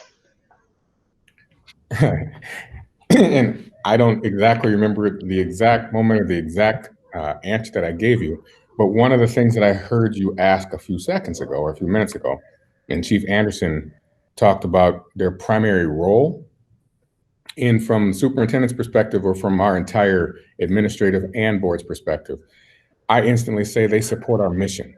And if you look at our mission, the very first sentence, it says to provide a safe and caring climate and culture. Okay. And so that safe and caring climate, that's one of the things that our law enforcement in our surrounding communities, they're outstanding at that. And I'm going to answer your question a little bit more, Monica. There's an instance that somebody just sent me talking about Chief Anderson and Chief Bentrude. They held a luncheon at Apollo for students to learn what it means to be a police officer and offered to mentor these students if they wanted to become an officer in our community. When they did that, the lunch was full. We have 3 different lunches at Apollo, and their session was full at each one of those as they did that. Monica, when you asked me what I believe the advantages are or the rationale to have officers in our school, I'm listening to the presentation tonight. I can't answer it better than the experts that actually have their feet on the ground, the officers that were actually involved. Commander Mushat, that is somebody who is a community member. He's born and raised here. He's a graduate. He's on the Alumni Hall of Fame wall at Tech. Sorry, Commander Mushat, but he's on the wall. There is a respect factor. There is a wanting this community to be all that it can and making sure that our students are the best that they can be. And so when you look at just that example, there's other individuals that were part of this presentation that their spouses work in our district or for our district or for our kids. Their children attend school within our district. Okay. And so I just think of the richness of that, the committed efforts that they all do for that in terms of who and what they work for. And so You heard Lori and Marcia describe what our staff think, what our administrators, what they want, and then you heard the data that Dr. Huff put together in terms of what our students feel and what our students request and what our students want. And so to me, that answers the question, Monica, of why they're in our schools. And it's just, that's my answer. Thank you very much, Willie. Just one last question for whoever, I don't know who answers it. So do parents have the ability to contact SRO officers? So if they want to contact an SRO officer, do they call the school or they call the police or they call who? Or does that, how does that work? Yes, is the answer. Yeah. Yes. To all of the above. Yes. So they can call whoever in the school or something and said that they want to talk to the SRO. Is that the answer that you're giving me? Yeah, if they want to get a hold of an SRO, they can do it through the student, they can do it through the administration, they can call our police department and say, hey, I need to get in touch with the SRO that works at North or at Apollo or at Tech. Any one of those ways works for us. I guess it's whatever is the best avenue that works best for that parent. Oh, great. Well, great. I just, since I see you there, Commander Mosher, I just have one last question for you. I didn't know that you were a social worker. So can you tell me why did you jump from social worker to police? Well, it was a decision that I made long ago, about 18 years ago. I worked for the Boys and Girls Club for 8 years and just decided it was time for a career change. Part of it, like I said, I kind of outlined my involvement with the schools, and I think that I can make a difference as a police officer. And what I will tell you, I can't say, well, I became a cop because of the SRO program. That would be a lie. But I got to tell you, it was an influential part of it. I actually looked at my file recently, and the 3 letters of recommendation that I got from officers within the department were from Sergeant Whitson, who was an SRO, from Lieutenant Ellering, who was an SRO, and from Officer Brovold, who's no longer with us, who once was an SRO. So those are, again, just another valuable piece for me personally as I decided to make a career change. Oh, thank you, Commander. Thank you, Chief, and thank you, Sergeant. I'm done. All right. Al, you will be next, Al. Okay. Am I on? Yes, you're on, Al. Go ahead. Okay. Excellent. So first I would say to the officers and to Chief Anderson that are here tonight, thank you very much for the role that you play. Thank you very much for the work that you do, both for the school district and for the city of St. Cloud. You're a very integral part of everything, and people depend on you, and I believe that people get good results from you. And to me, it seems as though it's done in a very fair way. Another board member mentioned earlier that there was an elephant in the room about defunding police and a current movement to defund police and school resource officers. There's another elephant in the room that nobody's talked about, and that's 20 years ago, a couple of kids opened fire in a high school in Denver, Colorado at Columbine and mowed down 16 students. And that school was defenseless in trying to stop it. It can't happen that close. I mean, it can't happen here in Minnesota. Well, drive about 15 miles down Highway 23 here and you'll come to Rocori High School. And there's 3 granite statues out in front of that high school because 3 kids were mowed down by someone who was in that school with a gun shooting students. In 2012, there was a school out in Connecticut, I believe, Sandy Hook, where a whole classroom of elementary students was mowed down by someone that went into the defenseless school with a gun and started shooting. In every one of those cases, the school was defenseless, and had there been a school resource officer in the building, they would have had a chance. And there was a nationwide cry from people to arm our schools, put school resource officers in place, make sure that we can take on someone who would come into a school and try to take our children away from us, like that happened in those schools. And so the school resource officer and having someone in the school armed is a very, very, very important piece. And it can cut response time down by 10, 15 minutes. I mean, there's a school without a resource officer stands no chance. A school with a resource officer can have someone in place to respond to that active shooter within minutes. And so there's a very important reason for having those resource officers in the school. As far as police and student relationships, I can't think of a better opportunity to create a positive relationship with students than to put an officer in the schools to talk and be friends with school kids, attend games and after school functions, and just be in the hallways having conversations with kids so that they know someone in law enforcement and they're able to carry on a conversation and ask questions. And, you know, like as with that luncheon presentation, learn from those people. There's a career there too. That a lot of those, and there's a number of kids that are graduating from our schools that are going to go on to law enforcement. They go up to Alexandria, which is very close by, and get educated in law enforcement. So I think that there is an opportunity for some very, very positive relationships there. One of the questions, I was talking with Gary earlier today, and I had two questions for him, but one of them was more of a comment, I think, than a question. And it was, I'd really like us to look at the relationship and what we want to get out of our relationship with our SROs. What types of outcomes are we looking for from that relationship? And how do we, and I'm going to use the word brand, you guys probably get sick of me using that, but how do we brand our SRO officers in the school? And what is the message that we're sending with them?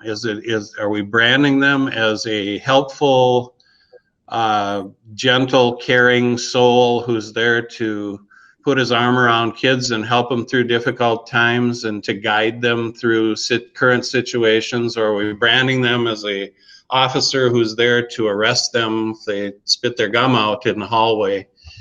And just how are they branded, and what do they wear? Are they wearing something them as police officers or members of a police unit, yet a employee or a human being that's present in our schools?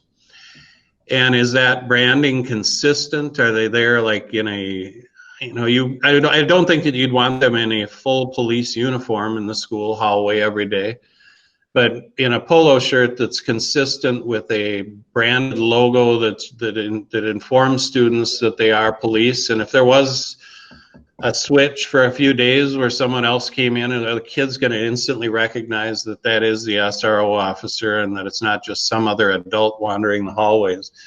But branding as a piece of it. And then secondly, where are we placing them in the schools? And are we putting them in an empty office somewhere where we had room, or are we strategically thinking about the visibility of that office and how that office looks to a student who's walking by? And are they going to recognize again that that is a police officer that is in there, that's there to help them, that's an advocate for them?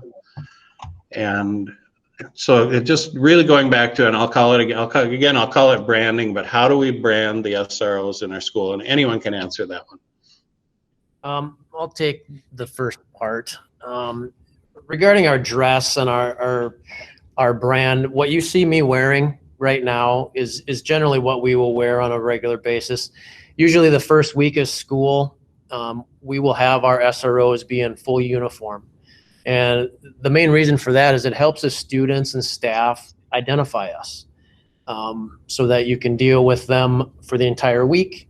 You get to know their face, that they're an officer, regardless of what they wear going forward. But yes, khakis, a polo. We obviously have our badge and whatnot on our belts and stuff, but it's very plain clothes dress. As far as the branding goes, we're really kind of jacks of all trades. I mean, we're there for a little bit of everything that you mentioned, whether that's to enforce statute, to give one of the youths help when they need it, to give staff help when they need it. We do everything that you mentioned, in the building. So do you guys want to talk about the offices a little bit? We've had this discussion in the past, so. The offices, that's kind of gets back to that whole evaluation, some of the things that we look at. That's evolved. It's kind of a horse apiece. There's good logic to have that office in the office area for privacy, but then there's a good logic to have that office out more in the common areas for accessibility. And so we often talk about that. We've moved offices around. We've talked about in school design that if we would get to the point of having 2 SROs at a school, that we would want an office in both areas. But it's there was a time where the offices were leftover areas. I believe we've moved past that. We discuss what's the best location for an office. We talk about the privacy, we talk about accessibility to student, and we talk about accessibility to squad car, because often the police, the SRO may need to get to that car to get something or to provide mutual aid to another one of our schools.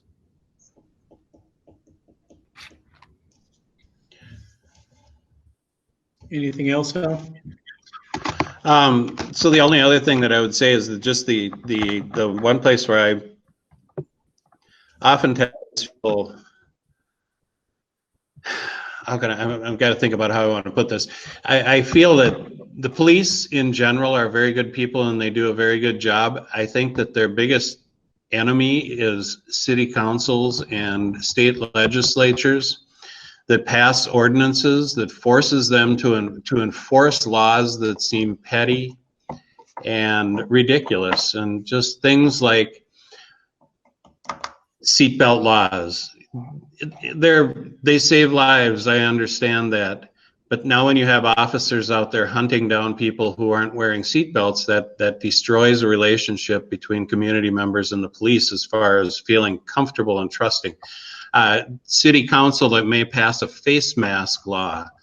I'm sure that Chief Anderson just can't wait for next week when he has to send out a swarm of officers to respond to people calling in saying they saw someone not wearing a face mask in public. Things like that are not healthy in building law enforcement. Law enforcement is to serve, protect, and build relationships and make people think that the police are their friends, and those types of things can tear down those relationships without the intent of doing so. But anyway, I just, again, I'll thank the officers and Chief Anderson for the work that's done in our schools and in our community, and I'm 100% in favor of supporting the program that we have in place, and I think we've done it. I think that we, both us and the St. Cloud Police Department, have done an excellent job of putting together a program. So that's all. Thank you. All right, thank you, Al. Shannon, you'd be next, please. Function and control. I wanted to say thank you, Chief and officers, for joining us tonight. I'm sure your week is very, very busy, and I appreciate you. We all appreciate you coming here and outlining this program for us. It was very impressive. Thank you for your partnership. It's very valued, and your dedication to this community. You're not only partnering with us but you're committed to doing a stellar job at it and to being quality, and that benefits the school district as well as this community. So thank you very much for that. I very much value our relationship with you and the work that you're doing. Sylvia, I have one question for you. The Minnesota Student Survey results that were in the slide, is that our district or for Minnesota? That's for our district. So all students across Minnesota take that survey every 3 years when it's administered. But the data that Dr. presented was specific to our students from last school year. Sorry, I didn't hear that. What did she say? Sorry, say that again. So the data is reflected in the presentation is our district specific data. The Minnesota Student Survey is a survey that's administered to all 4th and 11th graders across the state, just so that they can compare and look at aggregate level data and make conclusions about students in the state of Minnesota overall, but districts also receive their individual data. And so the data that Dr. Putnam presented is our data. And is that done on school time? So is our response rate really good? Yes, the Minnesota Student Survey is administered during school hours, and it has, because it is standardized in the sense that it's a survey that's administered across the state, there's a specific window similar to the MCAs, if you will, where it's open and schools can opt in and have to indicate what their student survey window is. And then during that window of time, each building has to submit to their coordinator, who then submits it to me, their building's plan for getting it done on what day. And parents are also alerted to the administration of the survey at least 2 weeks in advance. Because parents also they do have the choice to opt their child out of the survey if they so choose. Otherwise, on the day that it is determined for that building, the students in the indicated grades take the survey at school.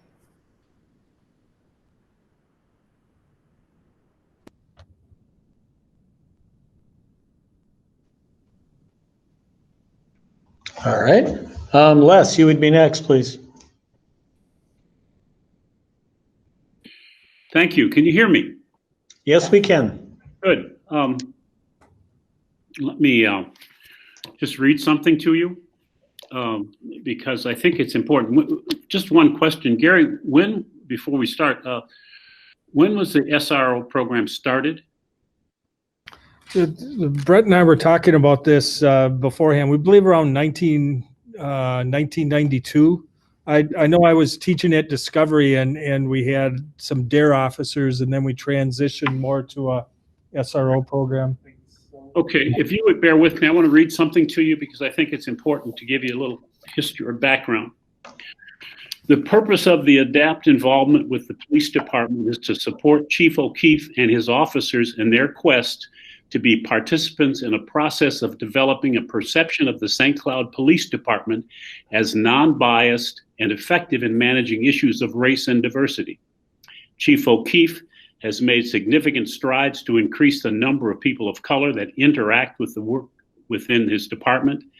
He was instrumental in the use of the community service officer positions to bring people of color to his department and facilitated diversity training for all of his officers.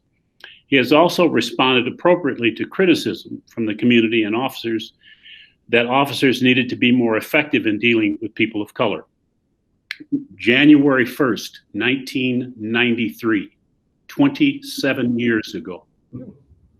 Okay, that was Chief Dennis O'Keefe. Since that time, the next chief was Dennis Ballantyne, who built upon that same concept. That's 27 years ago that I, along with the Central Minnesota Community Foundation, have been working with our St. Cloud Police Department to do some different kinds of things. And for Chief Blair, Chief Anderson, I'd just like you to know that I appreciated your slides. I thought they were great, but I have 171 slides that I'm going to give you of the work that we did over the last 21 years with police developing relationships with young people in our community on canoe trips, on community policing, on recruiting, on scholarship money that the police department put into providing officers of color who came back from service from military service, who would be from the MP department to get teaching licenses and to become police officers in our department. Here's the thing I think we should think about, because this is, I don't know if there's an elephant in the room or whatever they do, but I think that one of the real important things is response time. You have somebody in a building that understands exactly what to do when they hear a gunshot. And that's the least important thing that the SRO officers do in our building. They develop relationships. They represent strong, confident people who kids can come to when they have an issue. The evaluation concept, I think we should think about. I think we ought to think about developing an evaluation instrument, concept, context within which to get outside of the politically correct crap about evaluation and say, what is it we want these people to actually do, and what value does it really have? Because it's very clear over the last 27 years that the police in our school have been quite valuable. Of course, I'm still looking to see about the complaint of the SRO that used excessive force in one of our school buildings. And I haven't found that yet, but maybe Dr. Huff can seek that out. But we've had chiefs of police in St. Cloud and county sheriffs in this county who I've worked with over the past 30 years who really, really want to do something special, and I think they have. And I think that Chief Anderson it's almost like he sat down in a 427 Chevy with a 500 horsepower engine when he took the reins of the chief department and just put the pedal to the metal and blew the doors off everything else, because it has improved unbelievably. But I want you to understand the foundation for this came with some other chiefs who said things to me like, we want people in our department that have liberal arts degrees. We can teach them how to be police officers, but we can't teach them to have a heart. So that was Dennis O'Keefe in 1993.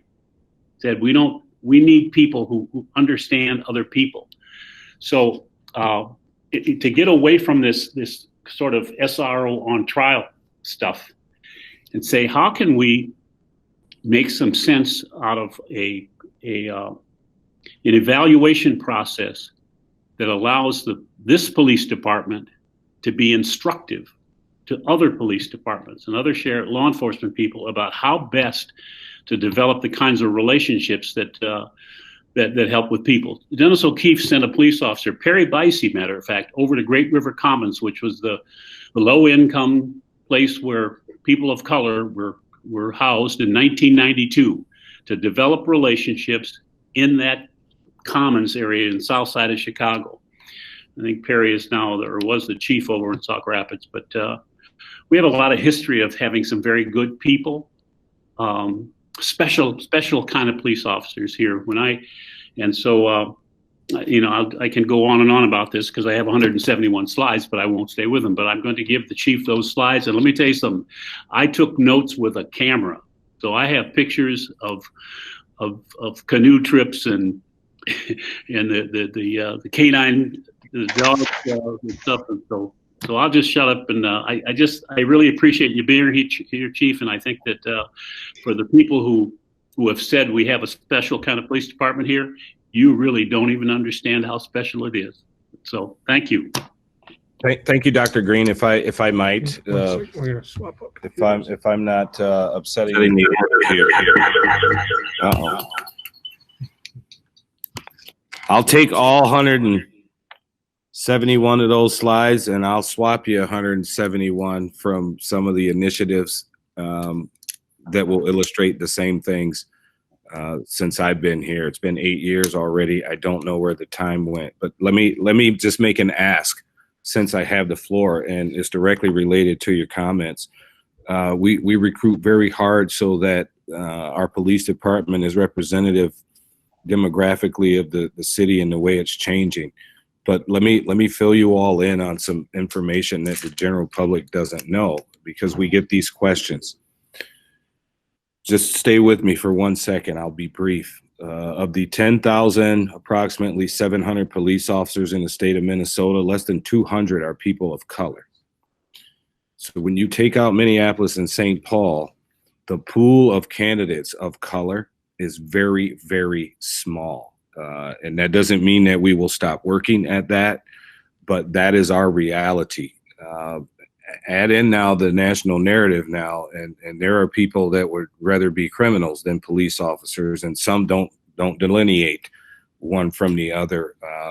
We in law enforcement are having a very difficult time recruiting, period, and that's not unique to St. Cloud. And I say that only because it's true. We ask no quarter.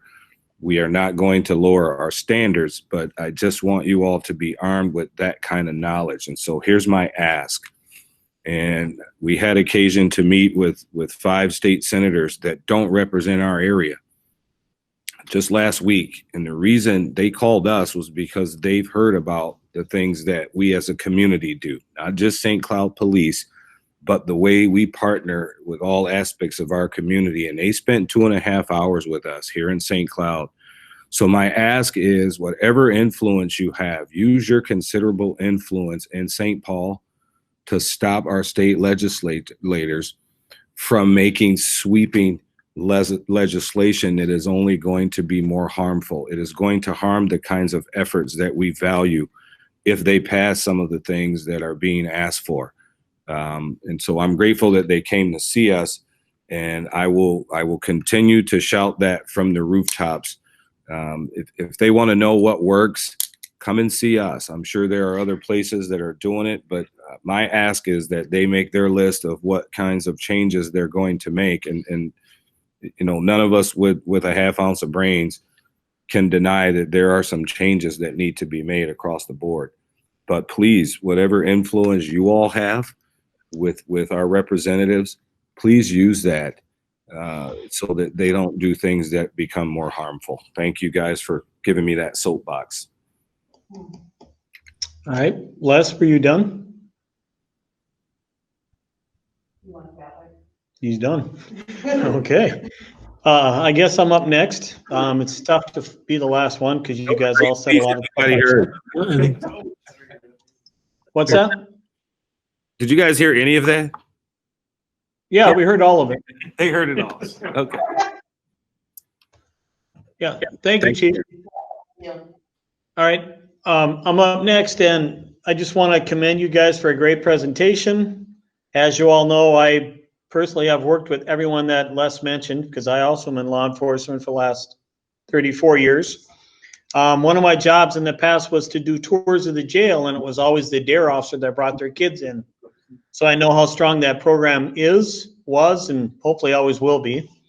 I had a couple questions of Officer Duvier. When everyone's talking about the office, where do you spend most of your time? And that could be answered for any one of the police officers over. The quick answer is out. Nobody likes to spend a lot of time in the office. I'm sure you can all relate to that. So when we're in the school buildings, our moneymaker is being out in the hallways, the common areas, the lunchrooms, and interacting. There are times, obviously, that we have to spend in the office because we still have other duties as well. That we're still responsible to complete reports and such. So it's nice to be able to sit back in the office and get those done while we're at the schools. So hopefully that answers your question. It did, Jesse. Thanks for stating the obvious, but I wanted to hear it so the public hears it because I know you don't spend much time at all in that office. That's how you build relationships. You build it out in the hallway, interacting. Another part, people are bringing up evaluations. And in my line of work, and I'm sure it's in yours too, you have to remember that in an evaluation of a law enforcement officer, a school resource officer, it's what doesn't happen that also needs to be included in that evaluation. And that's hard to get data on that because nothing happened. So keep that in mind when you're coming up with evaluations. Other than that, I just want to thank everybody, Lori, Willie. It truly takes a team to have a great program like this. So I just want to thank you all. And Willie, do you have any last words? Close it out. I don't know if I really have last words, except just gratitude, a thank you for Chief Bentrude, who's in the background there, for Chief Anderson, who is leading this one, and for the commanders and the sergeants that are present for just the presentation, for answering questions, because people have questions. In this day and age, and what's going on all across the world, people have questions. And so I just think I'm thankful that they're gracious, that they're humble, that they're what's that word? Transparent. They want to have conversation, and tonight was just a small microcosm of what they do for us. The last thing I want to say is thank you for taking care of approximately 10,000 of our babies here in this community. I'm going to say our babies and their families. And then the last bit, and this is just an inside joke, Chief Anderson, thank you for being on KMOJ radio in the metro area 8 years ago. And if anybody does not understand why I'm saying that, I'll clue you in later. Other than that, thank you, folks. Willie, I'm going to break my own rule. Lori, do you have time for a question? Yes. While you have all those experts in the room, could you ask them and just get back to me or get back to Willie later? What's the one thing they need to improve on? What's the one training that, wow, I wish we could go to that? Because I'm always looking about how to make a good thing better. So I have my hand. Okay, go for it, Willie. You see my hand shot up like right now. And so Chief, and everybody there, and I already know the answer to this. So it's not necessarily training, but because you brought up the word training, Jeff, they have so many other responsibilities that they have to do as officers that I want more of their time, that people in our buildings want more of their time. And they get pulled from all angles.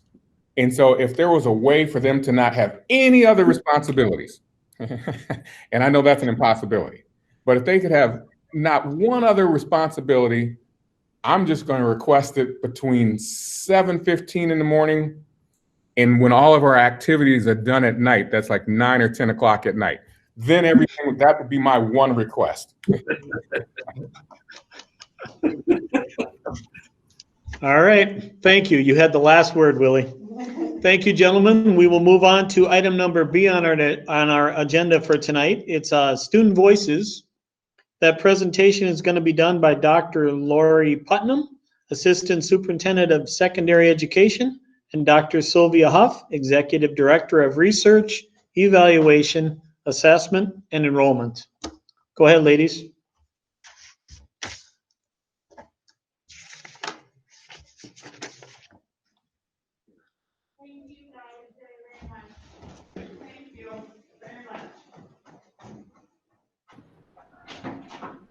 Guess I need to unmute myself before I present so that you all can actually hear me while I'm talking. Okay, let's pull this back up.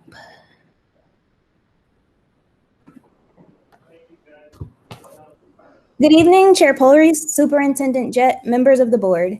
This evening, we will be presenting on the findings from our focus group that we conducted with members of our high school's Gay Straight Alliance students groups. I will be doing most of the presenting this evening. However, Dr. Putnam will be monitoring the chat for me, and she will also be assisting with answering your questions at the end of the presentation. At the end, yes. So to begin with, we are bringing this presentation forward this evening because of the request from members of our Achievement, Integration, and Equity Board Committee to gather feedback on the LGBT experiences in our district. We also had requests from our students to share their experiences. So given those requests and taking them together, we conducted focus groups with the members of GSA at Tech, Apollo, and McKinley. And so while the thoughts and themes that we'll discuss this evening are experiences of the focus group participants, we also want to just let you know some other data that reflects our student makeup, because really the purpose of tonight's presentation is to continue to amplify student voices. And so we've already had some conversations this evening around Minnesota student survey data, and I am going to give you a little bit more right now. So our most recent Minnesota student survey results, so 2019, last year, indicate that approximately 20 to 25% of our high school 9th and 11th grade students use identifiers other than heterosexual or straight to describe their sexuality. And there's also a small percentage of students at our high schools who are transgender. Also taken from our Minnesota student survey results, when students were asked during the last 30 days, how often have other students harassed or bullied you because you were gay, lesbian, or bisexual, or because someone thought you were, about 5 to 8% of our students indicated that they experienced some degree of bullying. And so there were different categories, and they ranged from never to once or twice, once a week, several times, or every day. And about 5 to 8%, and I'm providing that range because as you saw in the SRO presentation, the data is often looked at for 9th grade male, female, 11th grade male, female. So when you're considering those different categories, roughly 5 to 8% of our students indicate that they have been bullied either once or twice through every day within the past 30 days. And similarly, there was an item related to being bullied or harassed for gender expression. And a very similar percentage of students indicated that within the past 30 days of when that survey was administered, they had experienced some degree of bullying because of the way that they expressed their gender. So with that, we will get into the findings of our focus group data so that we can share with you what was shared with us. So the first question that we asked our students was whether or not school facilities meet their needs, and for them to explain why or why not. And there were two common themes that emerged: restrooms and then physical education. And so as it pertains to restrooms, students indicated that restrooms are at times restricted if other students take advantage of them, so they might be locked periodically. And in other cases, some all gender restrooms require permission. And so if students have to receive permission to use those restrooms, then they essentially have to come out or disclose to individuals in order to be able to use the restrooms. Related to physical education, the facilities aspect of that were locker rooms. And so many of the students in our focus groups expressed frustrations with having to change in locker rooms and feeling uncomfortable with doing so. And so they would end up just changing in restrooms to avoid the locker rooms altogether. Also related is that in our high schools, the gym classes are often gendered and separated by male and female. And then students spent a good deal of time across our different focus groups also discussing swimming. So during swimming, students have found that their grades have been negatively impacted because if they're not comfortable changing into bathing suits or wearing bathing suits, then those students will choose to opt out or just not participate in swimming at all. And that in turn negatively impacts their grades. When we ask students what their experiences have been like with their teachers and school staff and administrators, you can see some of the responses, or the themes rather, that were common from our focus groups that we conducted. The first listed says insensitive class exercises, and one of the examples that was presented during the focus groups consisted of teachers who use LGBTQ topics as a debate topic in class. And so there was a direct quote from a student who indicated that, quote, people end up talking about us as though we aren't there. And so these class exercises, which aren't intentionally structured to be insensitive towards students, tends to then otherize students or make them feel uncomfortable during class. Other themes that emerged as students discussed their experiences with teachers and staff consisted of teachers who do not ask students for their preferred pronouns, as well as teachers and staff who refuse to use preferred pronouns.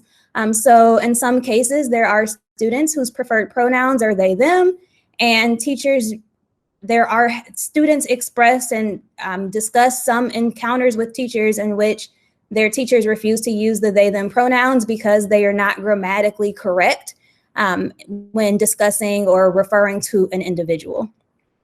And finally, the last major theme that emerged from these conversations was that there are staff who get upset with outfits that students wear that defy gender norms. So in keeping with this same question, we're still focused on what experiences have been like for students in relating to their teachers and staff. We want to take some time, and what you'll notice as we progress through this presentation as well is that McKinley will be highlighted quite a bit this evening.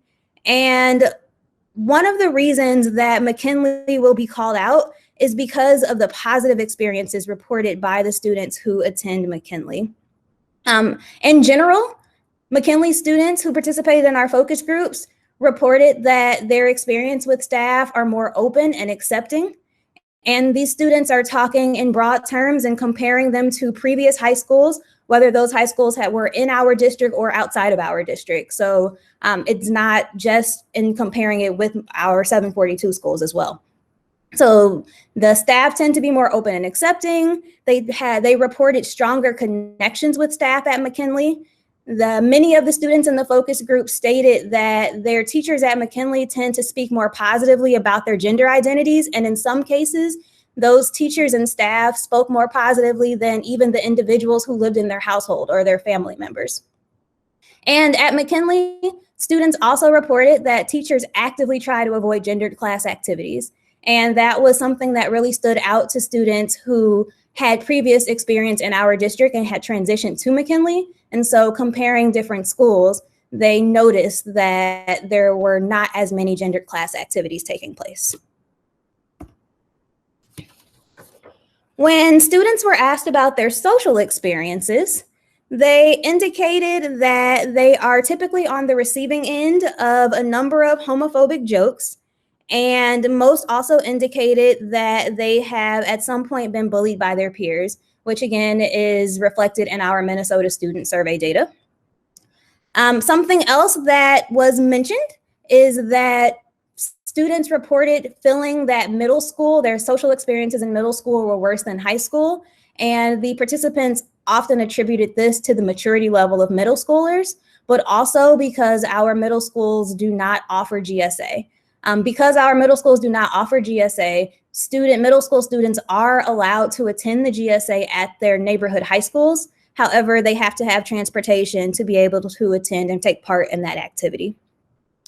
One of the other issues that was brought up as it pertains to social experiences is that GSA posters are often torn down or vandalized as well. And so students wanted to make a point to highlight the importance of being able to advertise their club and events that they may be putting on.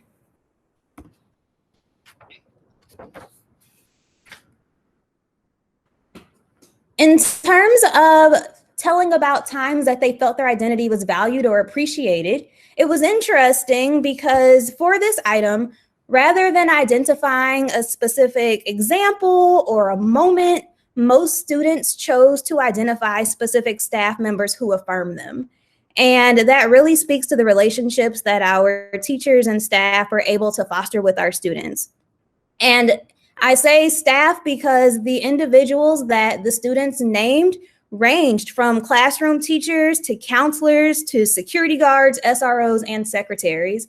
And so it was just really inspiring to hear the different staff members that really supported students, made them feel affirmed in their identity, and valued them and went out of their way to show them such.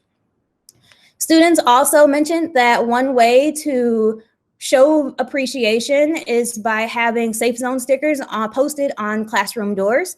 And they appreciate those because it readily identifies safe spaces for them. And at McKinley, their GSA had a memorial on display in honor of transgender people who had been killed. And so being able to have that display really meant a lot to the students. We asked students if they were aware of any unfair treatment based on their or someone else's sexual orientation or gender identity. And then as a follow-up question, ask them what allows that unfair treatment to occur if they notice that.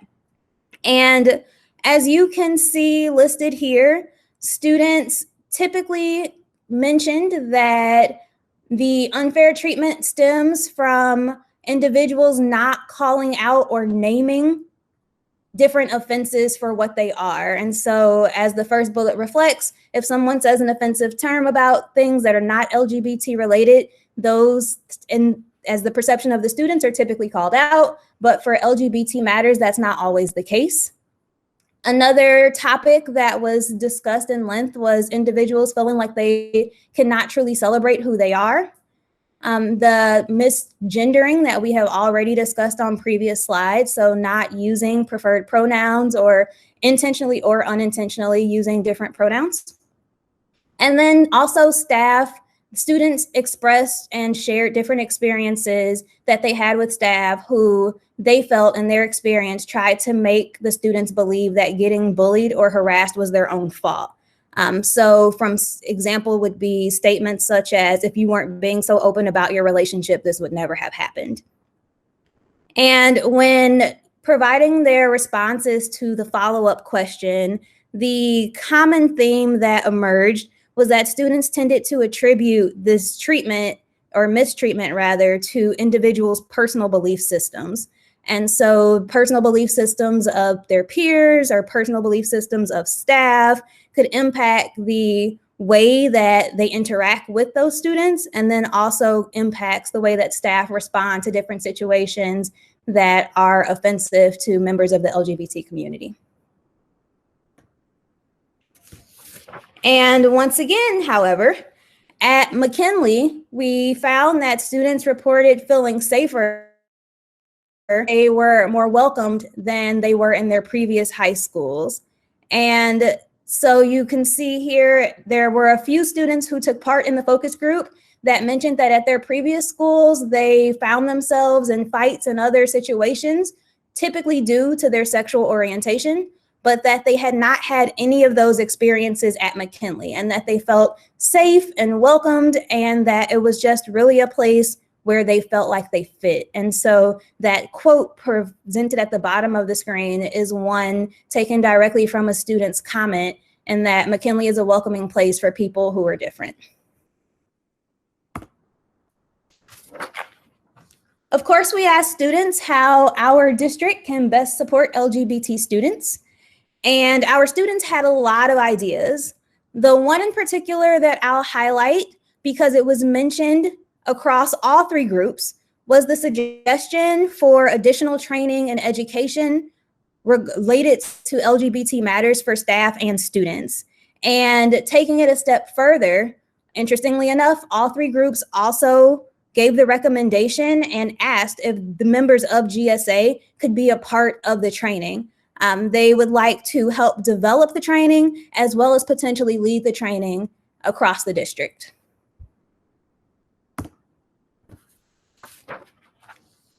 And continuing on in terms of being able to support our LGBT students, holding people accountable, supporting GSA, so making sure that their posters and flyers are not vandalized, and if they are, holding the individuals who vandalize them accountable, and also talking about LGBT issues in health class. So as we look forward, or actually first before we look forward, in terms of what we've already done, so immediate action prior to the schools closing in March and us transitioning to distance learning, we had already addressed the bathroom accessibility issue. And in terms of looking ahead, things that we plan to do going forward are considering the bathroom design remodel at Apollo, also including other gender options on forthcoming student surveys. You can see also listed providing this feedback to staff and administrators. So we're presenting it here to you. We will be presenting it to the principals. We initially had it planned for a principal meeting, and then we transitioned to distance learning. So that is still on the docket and having it roll out. As I previously mentioned, training staff on LGBT issues, and then also sharing student feedback with the district SEL teams. And that is the end of the presentation, and we would be happy to take your questions. All right, we will start with Les. Les, you're up first.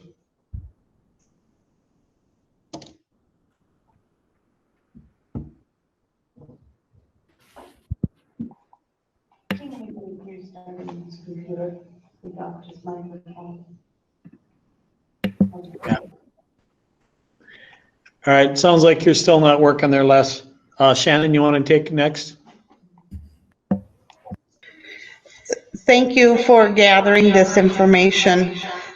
It does speak to the now what. It looks like you're starting that, and I look forward to hearing more. I appreciate you collecting it, this information, and doing something about it. Thank you.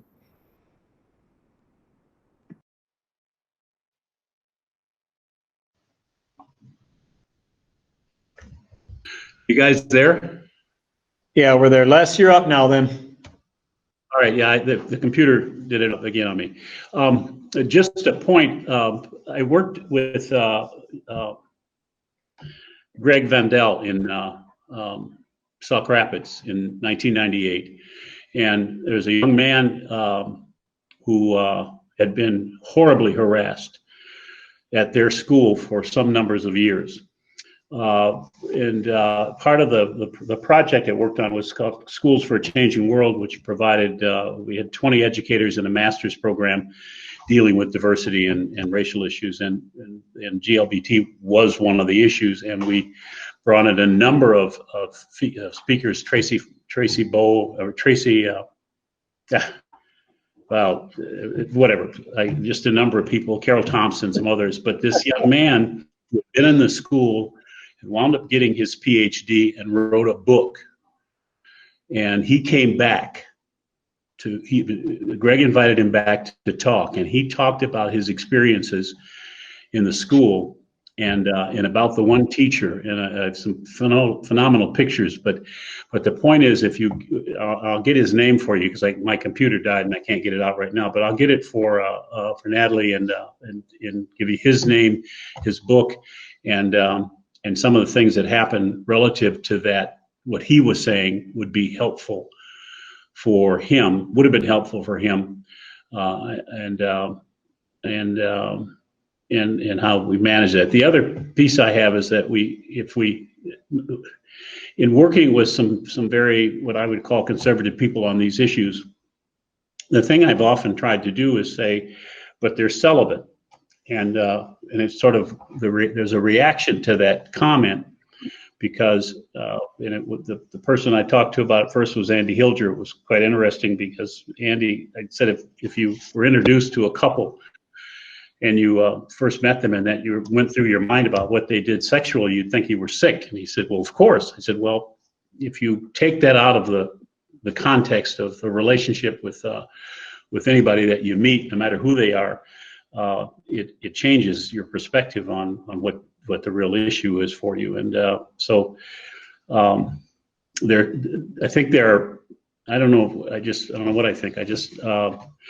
There are kids who have been harassed, and I want you got to understand, we worked on this 22 years ago. It's still happening. This kid's the same. I was a sub at Apollo a couple of years ago And the whole point of having this open discussion in the classroom about, quote, those people is it's still continuing.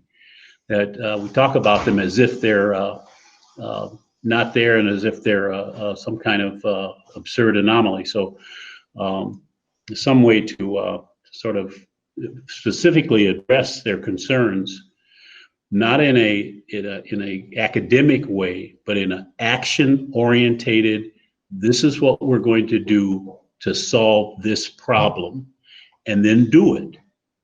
Because you have to be intentional about it. You can't do it by talking about it. You really, and it's going to be uncomfortable at some point until you get out of the whole issue of minding your own damn business. If I want to wear a dress, that's my business. So, or pants or whatever. But it's just something that we have to be intentional about and stop just dancing around this thing and giving it a lot of lip service over a lot of years. And I support Dr. Huff's research because it's the human part of the research that's important. It's the how I feel about what happens to me that is what we have to address when we're dealing with 10,000 children's lives who will be traumatized while they're in school. And we're all going to pay. If there's a book, I can't remember the woman's name, but the book about you're all going to have to pay for the early traumatization of children.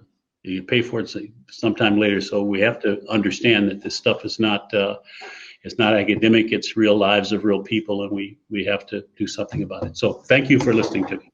I'm off. I'm not going to touch the computer because the last 3 I've touched have died. All right, Al, you're next, please. Okay. Here we go. So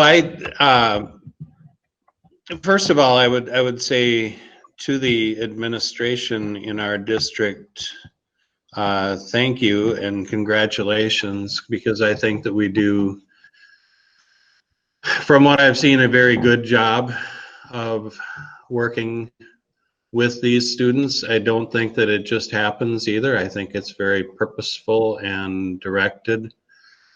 I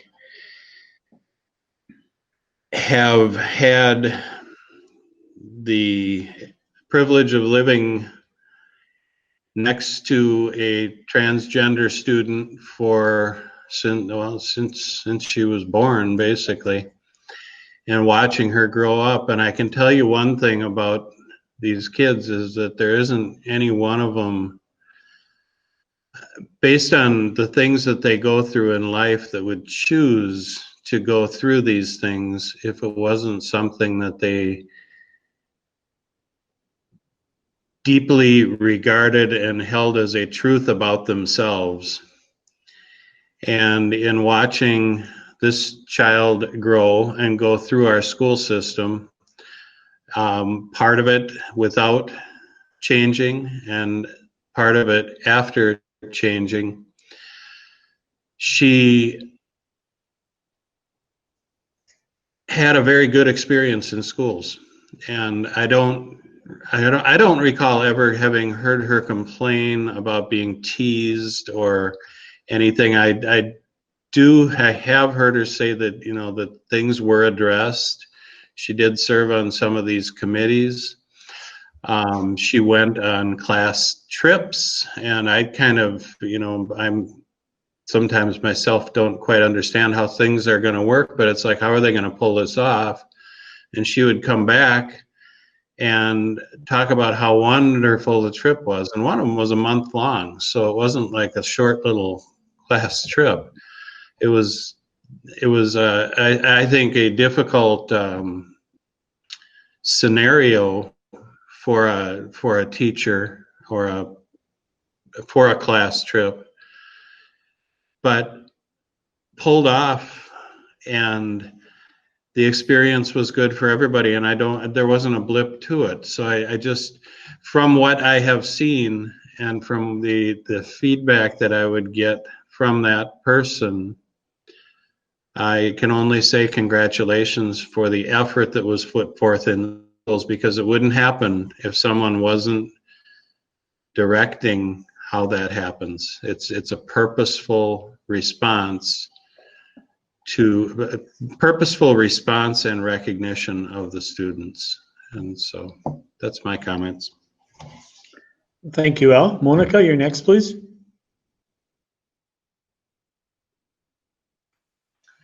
Thank you very much for the presentation, Dr. Huff. Really appreciate your involvement with data and the surveys and doing that, and love your presentations, as you know.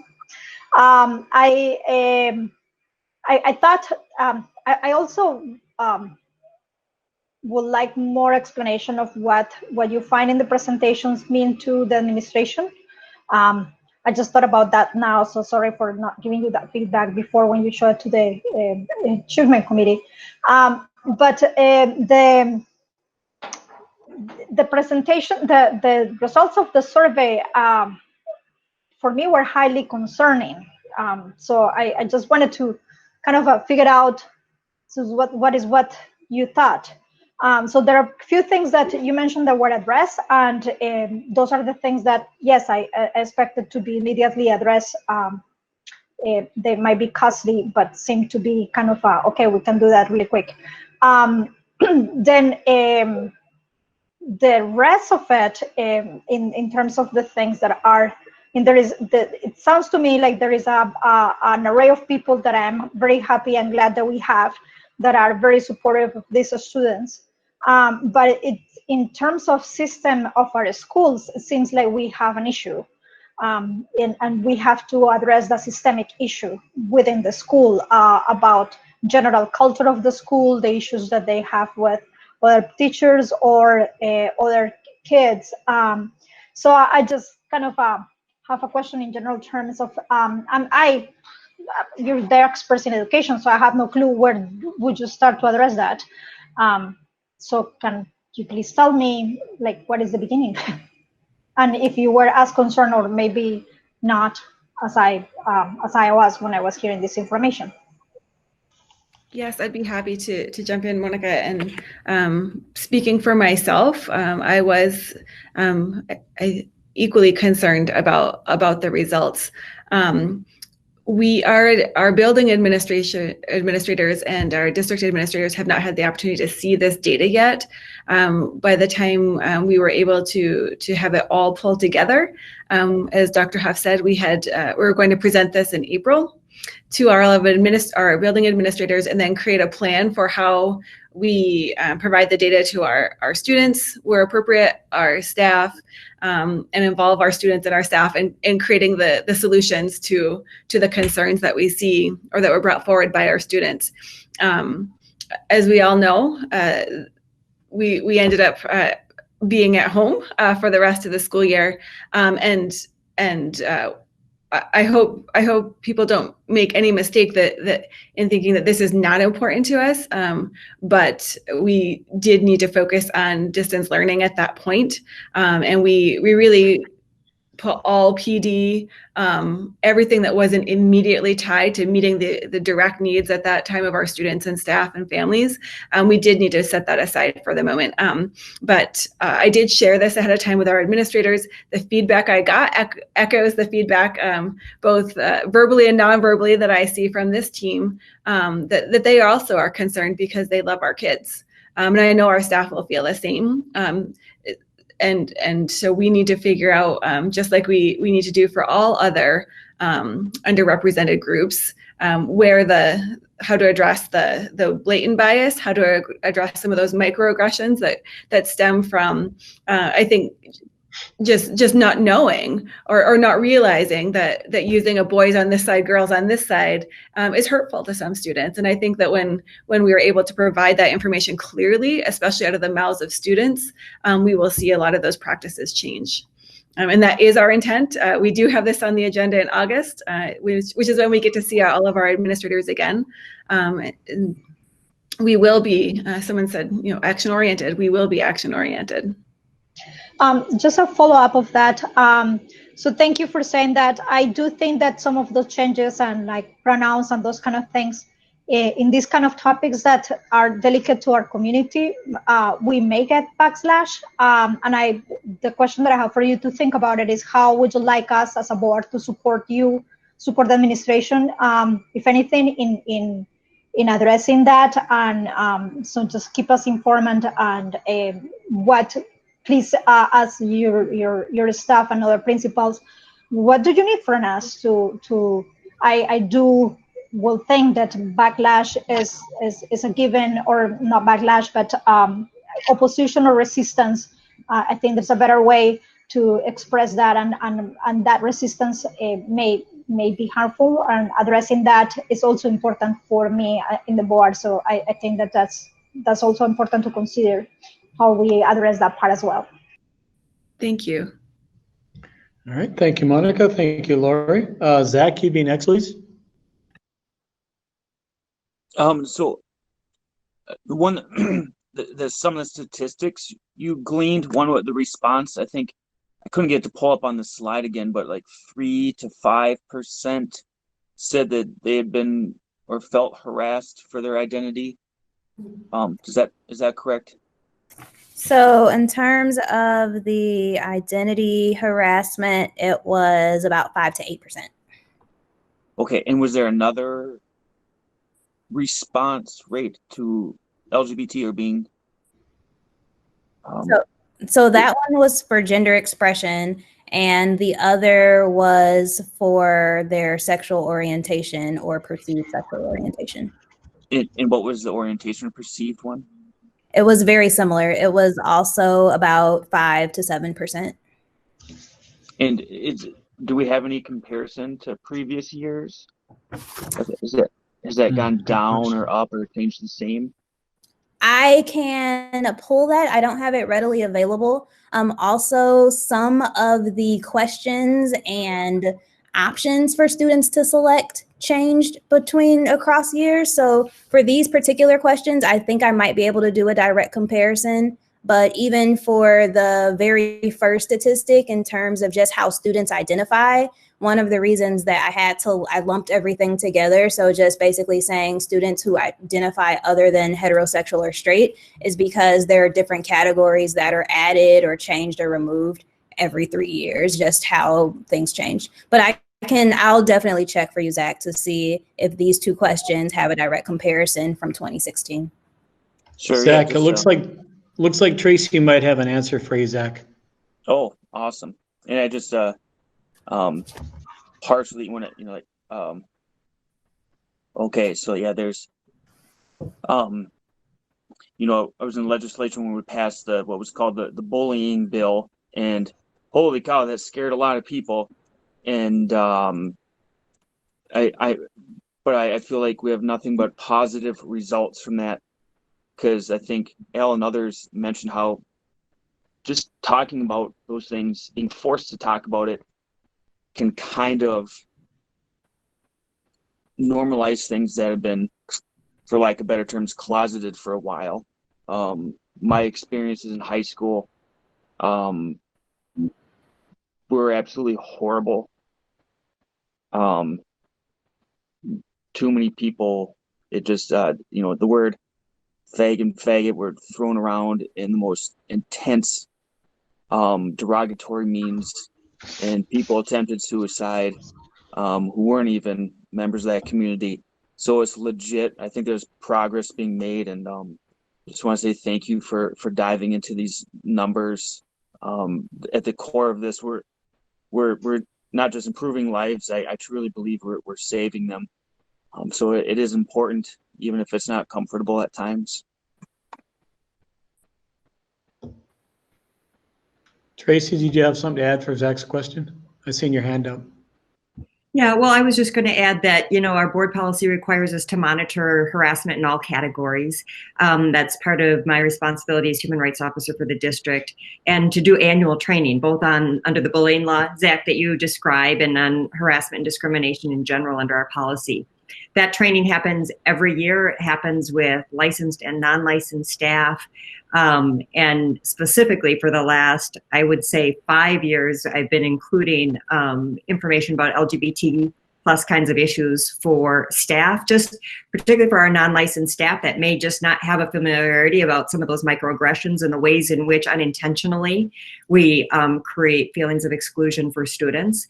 But I will say, in terms of the statistics that you were asking about, and I don't know the comparison, obviously Dr. Huff is the expert at that research, but as I look at our local data, although every child matters, 5 to 8% compares incredibly favorably to the 40 to 70% that you often see in state and national statistics around those kinds of indicators. And so I do think that in large part, our staff understand. We've been very proactive about that training. For the last 12 years that I've been here, that's been an important part of the work that we do every year with all staff. And while there's always work to be done, and every event matters in the life of a child, I do think that we're attending to it and continue to do that. The statistics vary by level, and so when I present that information and data to staff each year, you can see what types of harassment are most relevant at each of our levels. And it probably isn't surprising to hear that at our middle school level is where we often see kind of a spike in this kind of behavior, and it's developmental, and so there's always work to be done. But I just want to make sure that the board understands that this is in your policy and it's in the work that we do every year with staff, and we'll continue to deepen that work. And I'm excited to partner with Dr. Putnam to bring that work from the voice of the students. That will be exciting work.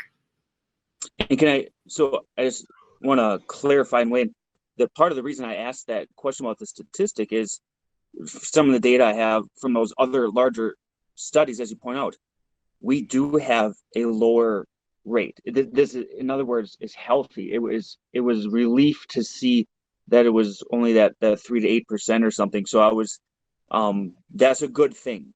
That is better than what we're seeing elsewhere. So good job to the staff and teachers and everybody. So thank you. All right, thank you, Zach. Natalie, you're next, please. Thank you, Chair Polreese. I'd say this conversation is one of the most important things that I think on my time on the board that I've had the, I don't want to say pleasure, because there's not a whole lot of pleasure that anybody derives in talking about the hurt and pain of our students, and when they don't feel like they belong because of being part of the LGBTQ plus community. But growing up in this area, and less talking about 1998 in Sauk Rapids, I graduated from Sauk Rapids in '97, and multiple of my friends have since come out as gay, and to hear of their stories during that time has been really eye-opening. And to know that what we're still dealing with today is exactly the same thing is extremely scary. I think that I'm highly concerned by the conversation we had in our committee about this, and I am very happy that we are bringing this forward at a board level, and that folks that are watching this can understand that this is an issue in our schools, and that we are being intentional in talking about it, and having action-oriented steps and goals to make sure that all students, and especially for this conversation, our LGBTQ plus students can survive and thrive and feel like they belong in 742. This is, like Zach said, this is a life or death issue. According to the American Academy of Pediatrics, and you can find this on the Human Rights Campaign website, more than half of transgender male teens attempt suicide by the time that they are 18. And non-binary folks, 42%. And so we are talking about life and death issues here. I know that for my students, for my kids that have known some friends of theirs that are LGBT that have committed suicide and have ended up in the hospital, this is happening in our district, and it's a reality that our kids are living with. Of course, yes, our LGBTQ students, but also our students that are friends with them, to navigate these issues. So I think what we've seen, back in the 90s and then today in 2020 and before the 90s, I'm sure, is that our community biases spill into our schools, and they spill into our schools, yes, through students, but also through staff. And that's one of the reasons why, some of our students have had issues with staff members, but then also knowing someone. So the whole reason why we even got to the point where Lori and I sat down and said, what can we do to take the next steps to continue this conversation and continue action-oriented goals to make this better in our district, is because I went and visited Jenna Fuchs's classroom at McKinley, and she does a lot with the GSA there, and she does have a safe space sticker on her door. And what I came to understand from her students is how having her as a champion of the GSA there, and being an out loud supporter of our LGBTQ students, how that has made the difference in their lives. Not just LGBTQ students, but also seeing it modeled from one of our staff members, that this is how we're going to treat people, that this is our values, has been really, it was a beautiful time to get to know Jenna, but also to know the heart that she has for our students as well. And we can see that right in the data that Sylvia, that Dr. Huff shared with us. I know that Zach didn't mean it by what he said. I know he did, as far as, we're doing better than other schools. I know that we're doing better than other schools in some respects, but at the same time, it's important for us to look at what does 5 to 8% of 10,000 students mean. That honestly means that 500 to 800 of our kids are walking around with that pain of what they've experienced, and that changes a child, and that changes a district for that to happen. Yeah. So yeah. So we really have our work cut out for us here, and we have to continue this work. As far as action-oriented steps go, sorry for my dog. He's decided that right now is the time to be crazy. Oh. My kids are trying to wrangle him. So yay, COVID-19. I think it is so beautiful. And this is one of the things we talked about in our committee, that the GSA students want to lead the trainings.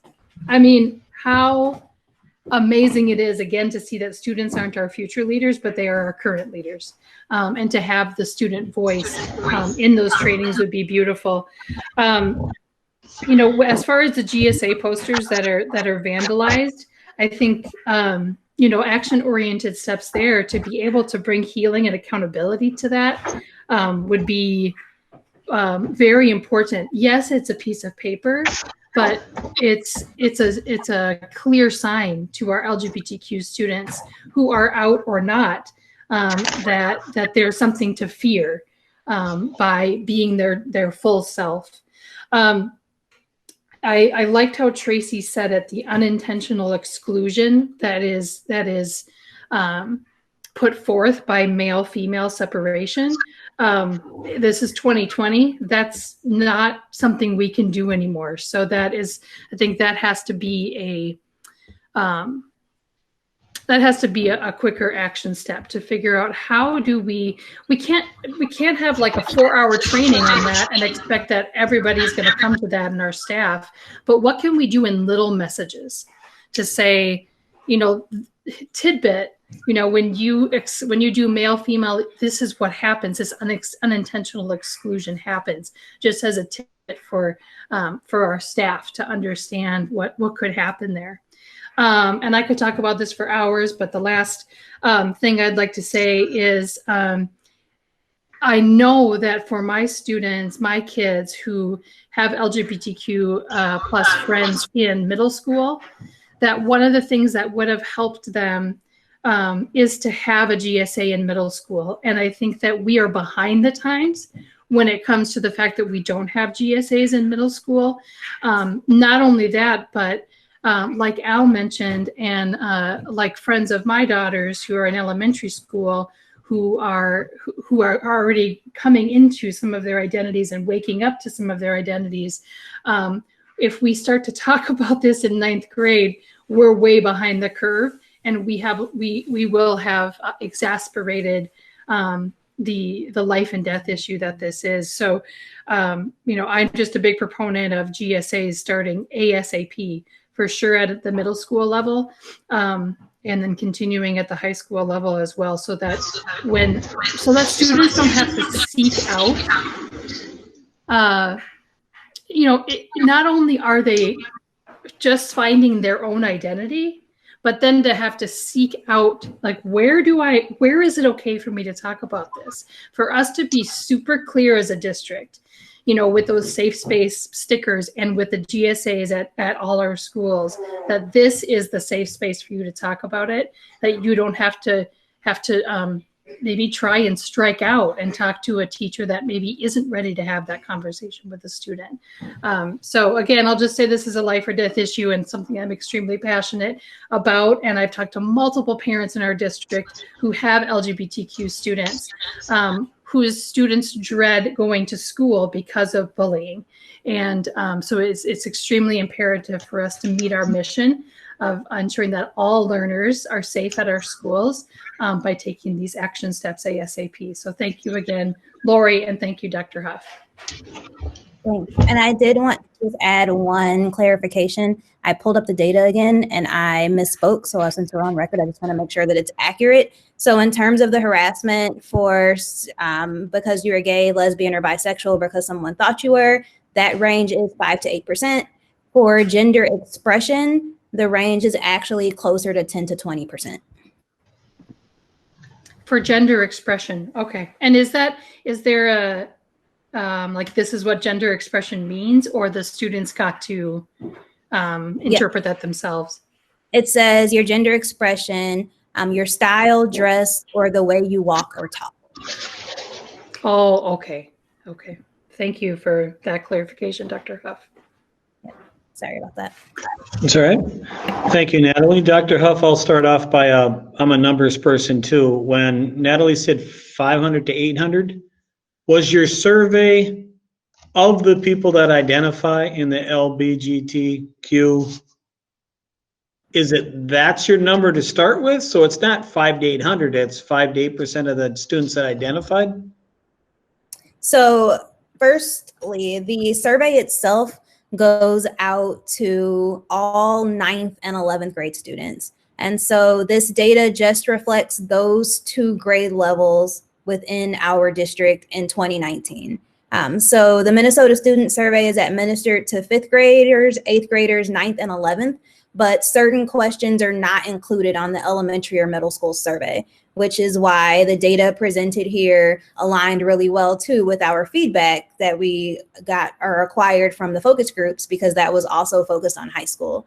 So the middle school and elementary surveys don't include that information. And then Jeff, to your point, the particular or to answer your question, the question about harassment were asked of all students. And so the way that the first question is phrased, for example, so during the last 30 days, how often have other students harassed or bullied you for any of the following reasons? And the first one, because you're gay, lesbian, or bisexual, or because someone thought you were. So for students that it didn't apply to, they could select never. And in most cases, we had, because only 5 to 8% of students identified an option that was once or twice, or about once a week, several times a week, or every day, the majority of students were selecting never. And so those students who were selecting never likely do not identify as gay, lesbian, or bisexual. So it was not disaggregated based on sexual orientation.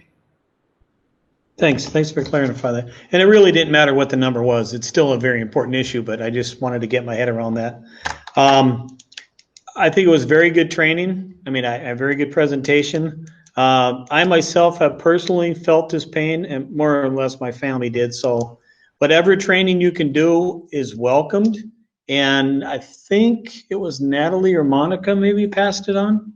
I don't want to see a kid do training in the district, but I really would like to see a student be involved in the training somehow, because what we don't know, you know, and it would be great to get the kids involved in that. So if you could do that, that would be super cool.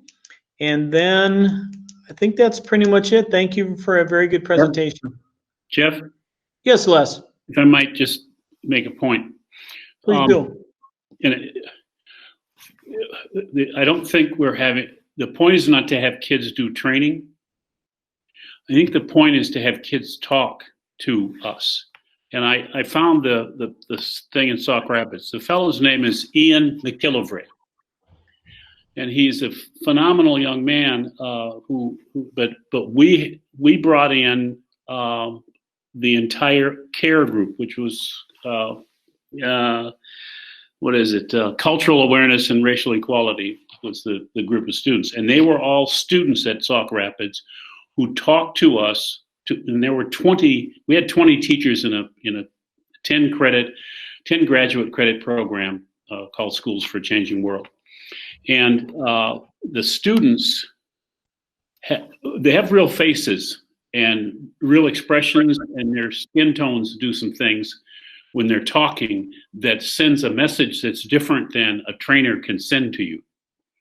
And they talk about the things that have happened to them. And Ian probably actually who wrote us a letter after we had him at Sauk Rapids, and the letter's phenomenal just in terms of after he had to be close to 40 at that moment. His letter talked about just now, because of what we did in Sauk Rapids in 1990 and 2000, resolved some of the issues that had been involved in his attempts at life-taking attempts. So this stuff hangs around forever. And I think in this situation, it's not a matter of students doing training. It's more a sense of having people really understand the kind of deep hurt that they think is maybe funny.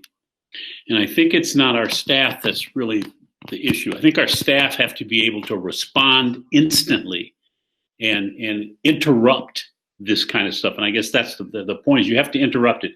You can't just get upset about it and talk about it later or hug a kid after class. You need to stand up and interrupt it right then, right there, and do something that says we don't let this happen here. And the other is that if we look at tech, and I've had a grandson there, there's still this is a common, funny kind of thing where it's just okay to make little snide comments because, it's just not a big deal. It really isn't. It's just not a big deal. And that's the way kids think about this. We have to find a way to make it a bigger deal to the kids, because teachers don't have enough sense not to try to embarrass a student. But I sat through a debate at Tech I was invited to as a board member in 2016, in which the issue was whether they should use the Samuel Clemens, I can't think of, Mark Twain, Huck Finn version that had nigger in it 219 times, or whether they should use the Clemens version. I had to sit through that whole thing and listen to, and then they had some other people there who were PhDs who were talking about Mark Twain's wonderful political whatevers, and then one of the people turned to me and said, "It's really amazing. There's only one black person in the room, and she's on the side that says they should use the one with nigger in it." And I had to remind the person that said it to me that that's not a black person. That's an African. It's an African student, immigrated from Africa. No history of nigger as the last word some of her relatives heard before they died. So I think I'll try not to stay with this. I think there's a necessary need to let students talk about this and coach them and help them do it. And here's the other side of that. You cannot allow them to wind up having to bare their souls to the point where they're crying, because that's abuse also. We have to find a way to help them figure out, and maybe do it with videotape, so that they're not sitting in front of a group and all of a sudden having to realize they're in the middle of the war zone and with no training. So this isn't going to be easy or painless. And I think it's real important for us all to understand as adults that there's a fine line between risky and crazy, and we're kind of dancing on that line right now. And we need to think about how we do this and not just do it in the regular old way. This is very serious business, and when we're talking about kids who could walk out of that session and wind up dead the next day, and all of us saying, oh my goodness, how did this happen? Well, it will happen. It can happen. So this is not something we play with. I'm sorry, I went on too long. Go ahead. That's okay, Les. I think we're on the same page. The point I was trying to make was I value the student input. I just didn't want it 100% driven by the student, because they are a student and it is a serious matter. But my other point was, you mentioned that back in 1992, 93, we had this at Sauk Rapids. We need to do something different. It's 2020. So, and that's why I was trying to think outside the box and really take actionable steps instead of, oh, we have that training once a year and it's 20 minutes of a 3-hour we need to do something different. Right. That's kind of the point I was driving. Let me just point what's got to be different. There are things that we do that are in the box, which is the standard everyday practices that we have. There are things that are outside the box, which is the exotic. We fund it with soft money. We do these kinds of things. What we have to figure out a way is to put this stuff in the box so that it is a intuitive response from teachers to interrupt the problem, and that if we want to put it into, call it the old politically correct terms like structural and institutional, that we need to institutionalize and structurize our system so that it automatically responds, even if we can't use words, that the system responds in some kind of a way that tells people that the world is different today and that it continues. So, okay. All right, thanks. Lori, I'm going to put you on Jump Street. Do you have any input or comments? Lori Posch. Teaching and learning? Yep, it is something that we talk about a lot. As we go through our professional development, we've talked about it with Al, when he was our director of equity. We talked about it with Sebastian about the need to always have it in the forefront. We've talked about it in our health review. We've talked about it many, many times, but yet it's not enough. So when I think about it from a learning and teaching standpoint, as long as we have one child who is being hurt or who is being bullied, it means that we haven't done enough. So it is high on our radar. We did a pretty extensive training about a year ago with all of our administrators, a real in-depth training, and asked them to take it back to teachers. But again, as when I hear even one student talk about a situation where a teacher has done a boy-girl, a male-female type of situation, it means that our work's not done with professional development, and it's not done with having it be something that we're responsive to on an everyday situation. So I have some notes down for more work for our team. Thank you. I'm going to finish with one question, and it's probably throwing Gary's way. Did we have the foresight to take care of the bathroom issue at our brand new high school tech? I'm not familiar with the layout. Do we have that issue answered? Yes, and I'm going to defer to Dr. Putnam because she worked directly with the school on that. Thank you, Gary. And that's a good question, Jeff. We we designed a facility that provides some individual restroom spaces, and so that any of our students could use them without needing to go through another adult to get to them, which we know can be intimidating for some of our students, or we would then require them to out themselves to be able to access a restroom facility. We did experience some challenges with that, and I think that data was reflected in the conversations our students had with Dr. Huff. Initially, they ended up being locked because there were some concerns from about security. So some of our students experienced some challenge either accessing that or needing to move to a different neighborhood in order to get that to get access to a safe restroom space. We did get that addressed by providing additional supervision in those areas, and then getting those bathrooms unlocked so that students didn't require a pass to be going to a different neighborhood and have somebody ask, why are you moving? So that students were able to access that freely.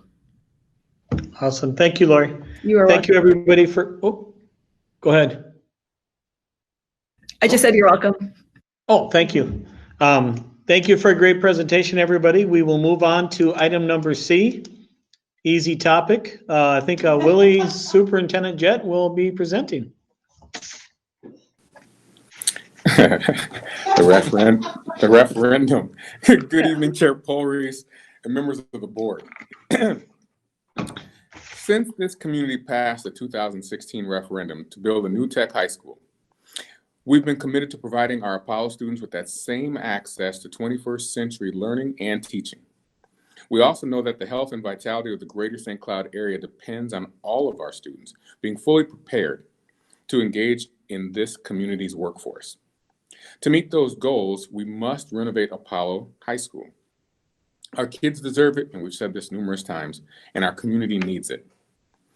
Over the course of the last year, we have partnered with families, with staff, business, and community leaders to create a plan for a renovated Apollo High School. And we began a conversation with the Board of Education to bring an Apollo referendum to our public on this November's ballot. And then our community, like the rest of the country, was hit hard by COVID-19. And as a school staff, we've witnessed firsthand how health and economic hardships have impacted our families. We know that our focus as educators needs to be on meeting the immediate needs of our students, staff, and families as we figure out how to safely return to school in September. We are going to do things we've never done before. A wise person once said, when the haze limits your ability to see 2 miles ahead, then it's best to walk focusing on the next 100 feet. Our focus must be on the quality of our instruction and the health and safety of our students and staff. They deserve and demand our full attention. We are committed to being good stewards of our taxpayers' dollars, and that doesn't just mean we spend carefully. It also means that we take the fiscal needs of our community into account when asking for more funding. Families, community, and business leaders, without doubt, share our commitment to renovating Apollo High School. But at this time, they've asked us to wait on the referendum. I need to emphasize this one more time because it's important. Our focus in the days and months ahead must be on the quality of our instruction and the health and safety of our school community. We are facing unprecedented situations, and our students and staff cannot afford for our attention to be elsewhere. So tonight, I'm recommending to the Board of Education that we do not put the Apollo referendum on the November ballot.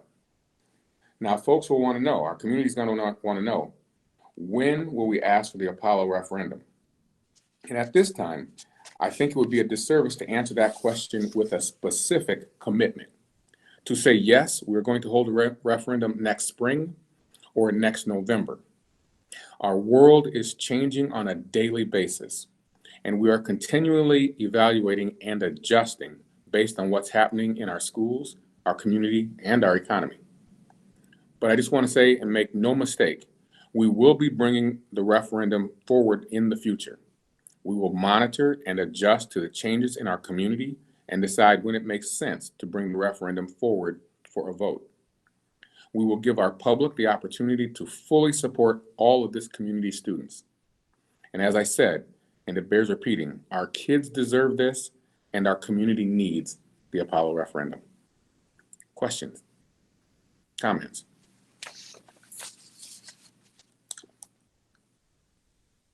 Jeff, I couldn't hear you. Jeff? All right, there. My mic was playing with me. Sorry. Okay. Thanks, Willer. We will work with Natalie on down. So start us off, Natalie. If you have any comments. I don't have any comments or questions at this time. Thank you, Superintendent Jett.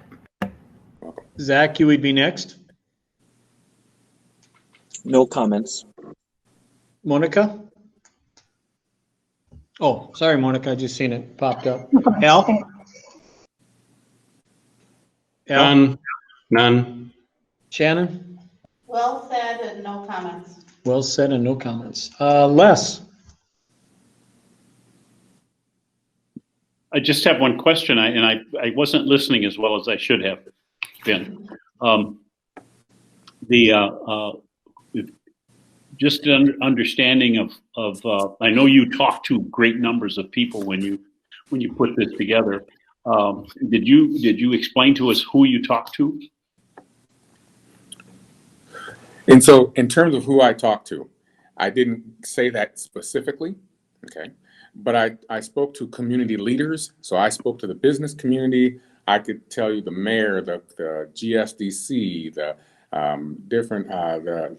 chamber, Rotary officials, people that are in higher education. I spoke to people in career and technical education or career and technical education. I spoke to families. So I'm not going to just say it was business leaders and things of that nature. I spoke to families. I spoke to people at Walgreens, Walmart, getting my oil changed. I actually, the person that comes and picks up, because I had to bring cookies. And so, because he was taking extra garbage from our house. So the people that come in and do the recycle, ours is always on a Friday. So that person always engages me in a conversation. And so they know that I'm the superintendent. And so I think I've tried to have conversation with all walks of life to the best of my ability and just get that general pulse or that vibe. And then, and I definitely spoke with folks who were pro Apollo, pro North Side, saying that this is a moral imperative. And I want to say that there was no one that did not recognize that. And there were some people that were pushing that, saying, I don't care what's going on in this world. We need to do this. But if I had to go by the percentages of people, if I had to just talk strictly percentages, it was an overwhelming 95% of people that I spoke with that were saying, not now. And then the part that stuck with me, not so much about the economy, but people looking at me or as us as the educational institution in this community. And people recognizing that we do more than just educate kids. In the last 8 weeks of that 10-week school, we were providing food and we were providing childcare. We were doing numerous things. Bottom line is they said, you need to keep your eyes, the resounding what I heard was your eyes need to be focused on what's next because you don't know what that is. And so we need your attention to be on that. And there was a former educator there, and if she's listening, she was the first person that said that out loud. And then numerous people backed that up. And I just found that to be not refreshing, but it was just this moment in time that it was simple to come up with that recommendation. Thank you. You're welcome. Willie, I just have a couple comments. I'm an Apollo grad, Northside resident. I 100% agree that Apollo needs that referendum. And I like what you said about not forgetting the North Side. The next soundbite, speak to the North Side parents and students and give them exactly what you already said, but I just want to hear it again. Okay. And so the North Side student, the North Side parent, the North Side community in general, to say that we're going to do it in this next spring or next November, I'm not saying that's a disservice, but we need to be comfortable in that response. So when I say the world is changing on a daily basis, and we're going to continually evaluate that, and we're going to be evaluating what's going on in our schools and in our community and in the economy, that's a promise that's coming from District 742. And when I say make no mistake, we will be bringing a referendum forward in the future. That's a fact. Chair Polrice, it's a moral imperative. And our commitment is we will monitor it. We will adjust to our community's needs. And we will decide when it makes sense to bring the referendum forward for a vote. We will be speaking to community members. We will be getting the pulse of the community so that when the public says, hey, now's the time, here we come, because we know it's imperative for our community. Thank you, Willie. I needed to hear that. All right. We will move on to item number 3. It's our discussion and action items. First up is item number A. It's self-insured health and dental insurance premiums for 2020-21. It's going to be presented by Tracy Flynn Bowe, Executive Director of Human Resources.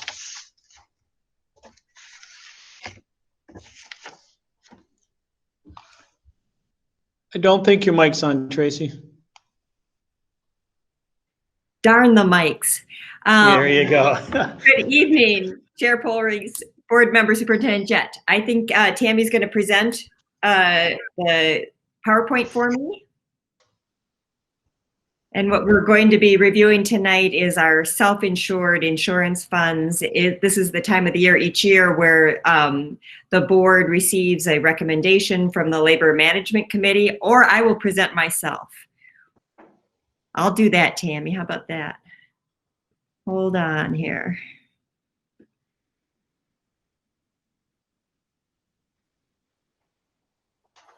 It's frozen. Sorry, Tracy. Okay.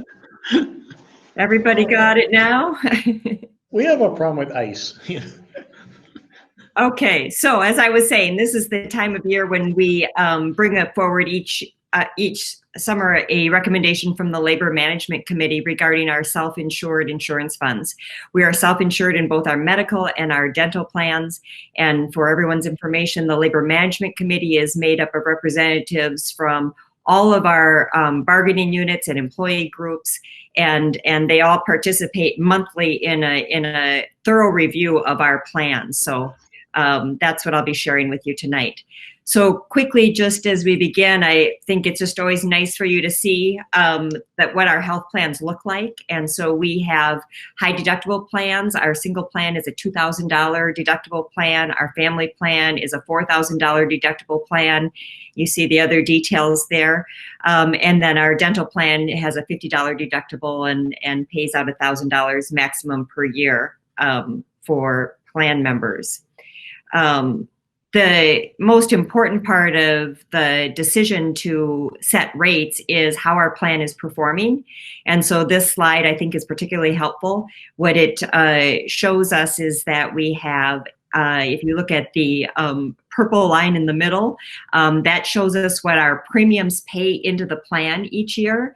And the green line shows us our expected trend in terms of claims costs. And so you can see that our claims are running at about $14.5 million a year, and our funding of that plan based on the premiums paid, both the employee share and the employer share, come in at about 15.6. And so we're very adequately funded in the plan as the graph shows us. The maximum cost, you'll see that orange line. All of our plans have a buffer. So if we are insured by Health Partners, essentially, who is our third party insurer, that any expenses over that 17,000 mark would be absorbed by Health Partners. And so that would be our maximum possible exposure on our plan. I'll go to the next slide, maybe. Going the wrong way. This next slide shows the reserves. And so as you could see, our funding of our plans, the premiums are are ahead of our claims costs. And so the surplus goes into reserves. When we started our self-insured plan in 2014, we started obviously with 0 reserves. And as some of you have been on the board for a time know, we had a few good years with 0% increases when lots of the fully insured plans were going up in the double digits. And then we had a terrible 2 years of claims results that required in 2014 a 16% increase in our premiums. The Labor Management Committee at that time took a really hard look at our plans and made that very difficult decision to recommend to the board a very high increase in our premiums in order to make sure that the plan was adequately funded going forward. And that decision has really placed our plans in the last 2 years and now going into the 3rd year since then in a very good position. So you can see that at the time the reserve target is about $5 million. It's about 35% of our claims. And so you see that with the line there at the start that we started this year at $5.3 million in our reserves, which meant that we are right at about that target that is recommended by our consultants to the self-insured funds. And that reserve fund has continued to grow. It was projected to grow about $1 million this year. And as you can see, as of the end of May, that reserve fund was at $8 million. And of course, a large majority of that unexpected increase is because of the COVID situation and people unable to have elective procedures and to access medical care. And so we know that there will be some spend down of that now in the next several months while people are able to get those medical procedures scheduled again and will be accessing their healthcare accounts again. And so we expect that to come back down. But nonetheless, I think the big picture is that we're very adequately funded and we have very healthy reserves. And so that was the discussion that the LMC had when we looked ahead for rates. I will say again that having experienced a very high rate hike a few years ago, it was a very sobering moment for that committee that takes that responsibility on for all of our labor groups. And they take their responsibility to really think about and analyze our response to our plans very seriously. We had members that thought, even if this is the case, and even if we're very adequately funded, and even with these large reserves, shouldn't we still raise rates just to be safe? And the consultants that advise us on these plans assured them that our reserves place us in a very favorable position and that we are adequately funded not only for expected claims in the coming year, but could surely weather, and that's the point of the reserves, if we had an unusually high claims year. And so our consultants are recommending that we go forward with a 0% increase and hold rates flat for the coming year. And the committee endorsed that recommendation. When we look at our dental plan, and I won't go through the details of the dental plan because that has been very stable for many years and it has a very adequate reserve as well. The same recommendation is coming forward that we hold rates flat and go forward into the year covered by the current premiums and the reserves that are available.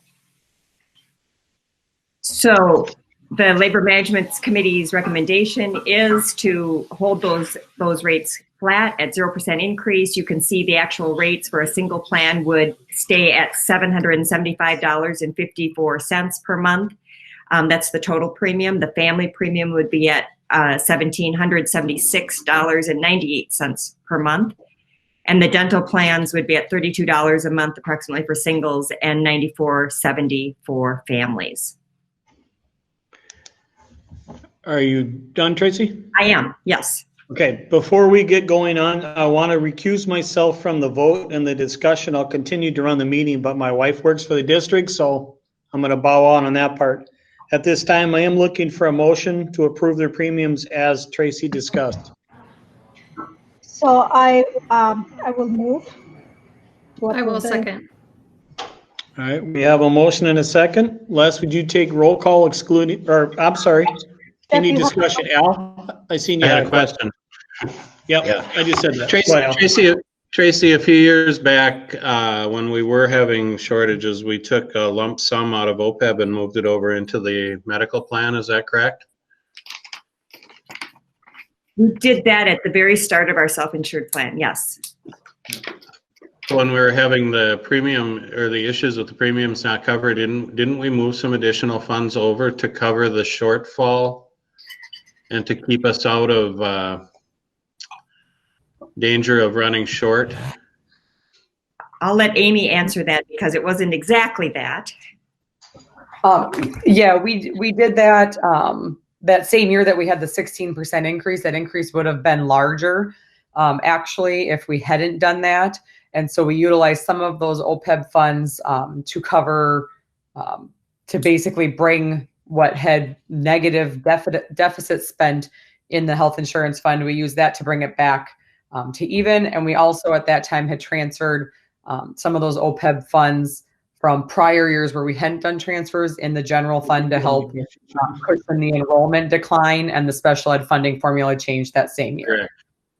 Correct. But I recall that, but I'm just wondering if we took that into account, because the recovery or the putting us back into a healthy position was not fully dependent only on premiums. It was also some lump sum payments into the plan. And so as we look forward, if we fell short, I would have the feeling that it would be the opposite of that, where it would have a larger impact than anticipated if we don't take into consideration the fact that there were lump sum payments. Those lump sum payments, as I recall, and Amy obviously is the expert in that, were more to bring us to bring us flush, bring us to zero at that time. And the reserves that have been built truly have been built based on the difference between premiums and claims. Our claims history over the last 3 years has been really excellent. We've been performing at like 80% of our expected claims, which is unusual. We also have had really good cooperation from our members in terms of generic costs. We made a switch to take back in our pharmaceutical rebates, which was a change in our plan design that was recommended. And so all of those things have conspired to really help us with that reserve. But I don't think that the transfer that happened is really accounting for the reserves. I think that was really used at the time to make sure that the plan was brought back to zero, and the reserves have come from the change in the premiums. Okay, I don't want to go forward and have a issue down the road where we're looking for additional funds because we wanted to say zero for increase. I mean, I'd rather see a 3 or 4% increase and right and committee, not have that issue down the road. The committee really did take a hard look at that, and I said we had a robust conversation about that.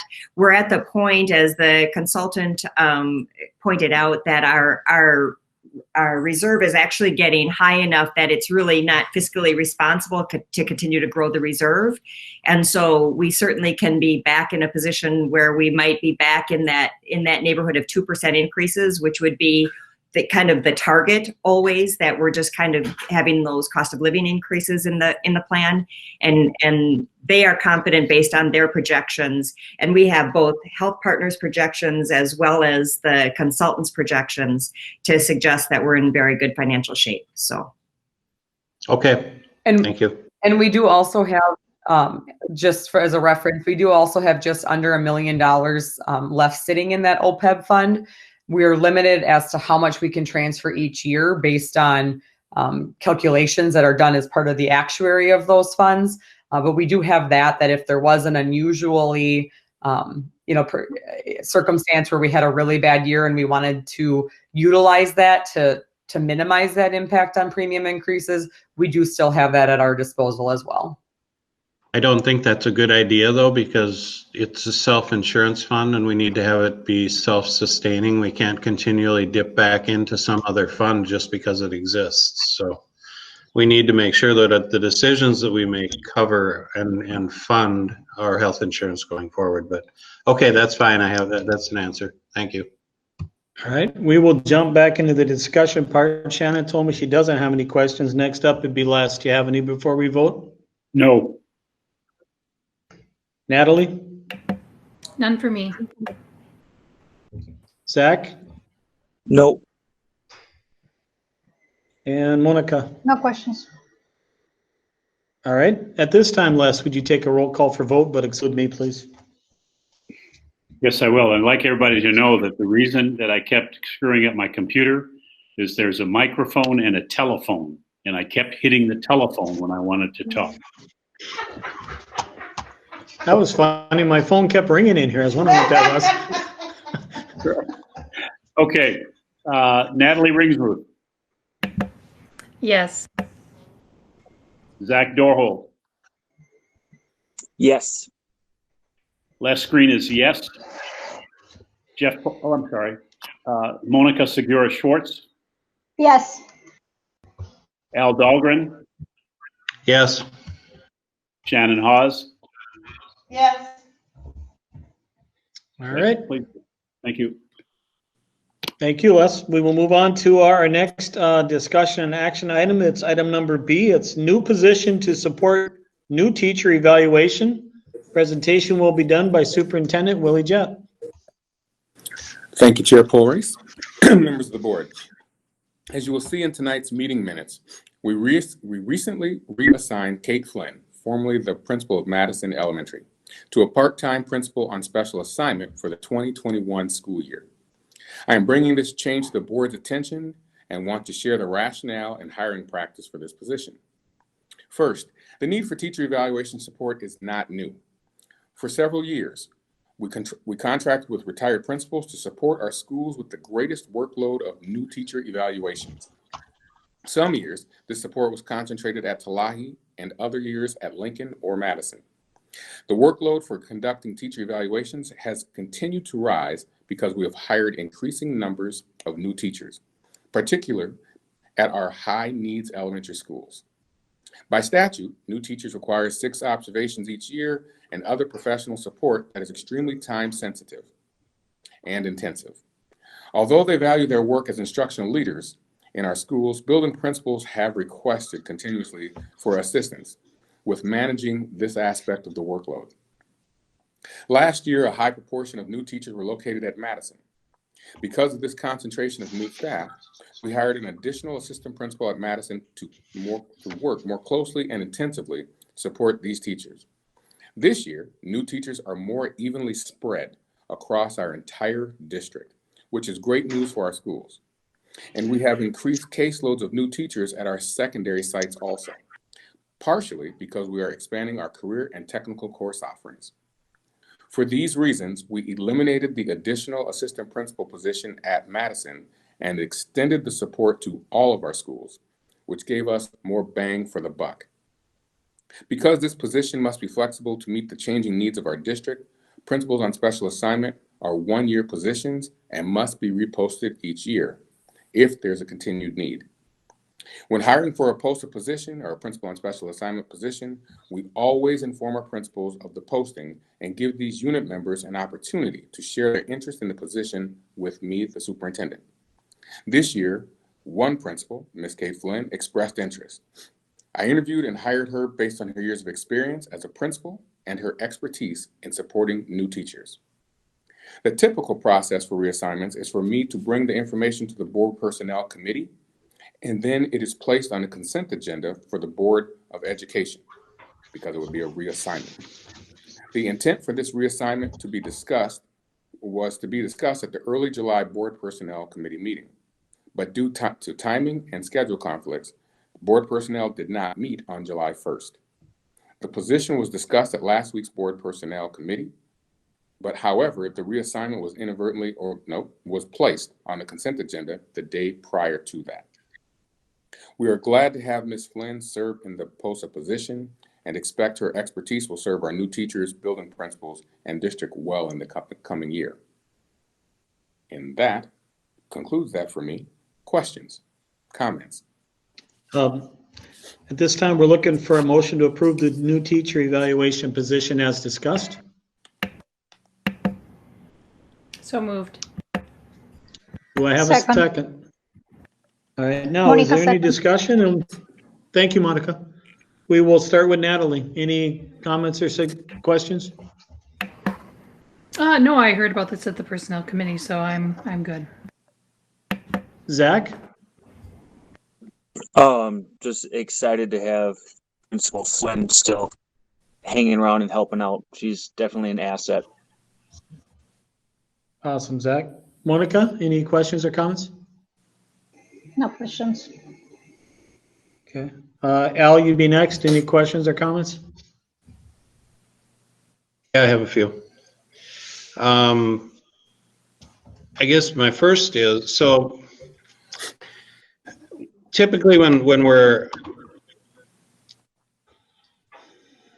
posting a job like this, Willie, do you only post it within the principal's unit, or do we, when we have is it only a, oh, that's the question. Is it only in the principal's unit that it would be posted? It's a requirement. Now, it's a requirement based on their contract, Al, to make that that ask within their unit first. Yes. Then, if I don't get an ask from that, then you proceed to the next step to try to. Now you'd be looking outside the organization. Okay. Within the nepotism policy, I mean, it wasn't as simple in this situation as just a principal being assigned to another position. It's a principal who's a relative of an executive director who is being assigned to another position, which then falls directly under the nepotism policy that was put forth. And there's certain requirements in there that these things come before committees and be disclosed, and certain disclosure requirements on that. And I don't know that I really feel like those were followed in this situation. I'm not questioning, and I want to understand, please, that I'm not questioning the skill level of Kate Flynn, or the fact that, I mean, she came from St. Paul up to Lincoln. She did an incredible job at Lincoln. We moved her over to Madison. She did an incredible job at Madison. I'm not questioning the skill level or the competence of the individual that we're picking. I'm questioning more we have policies in place, and then the procedures that were followed to get to where we got, and the appearance of conflict, the appearance of nepotism or conflict that can arise out of that. And are we certain that we took all of the steps necessary to avoid any type of appearance of a situation with favoritism? So, Al, I know you're not questioning Kate, so I'm just letting you know. I know you're not, and I'm making sure I state this so that everybody understands that. Al is not, I don't interpret you questioning Kate's experience level, her knowledge, any of that kind of stuff. I totally hear you talking about us following procedures, okay? And so with that, my understanding, Al, is the nepotism policy, and I understood why we put it in place last year. I think it was last year, maybe 18 months ago before that. The nepotism policy, from my understanding, is to make sure that we bring that to the board personnel. So it's to notice the board personnel, that personnel committee. I know that we compiled that list of all the different, if you're an employee of the district and you have a relative within the district, I know that we compiled that list. My understanding of the nepotism policy is for any time that there's going to be some type of hire, for us to bring that to board personnel, to notice board personnel. So to answer that question, Al, I would say my understanding, we were following the board the policy.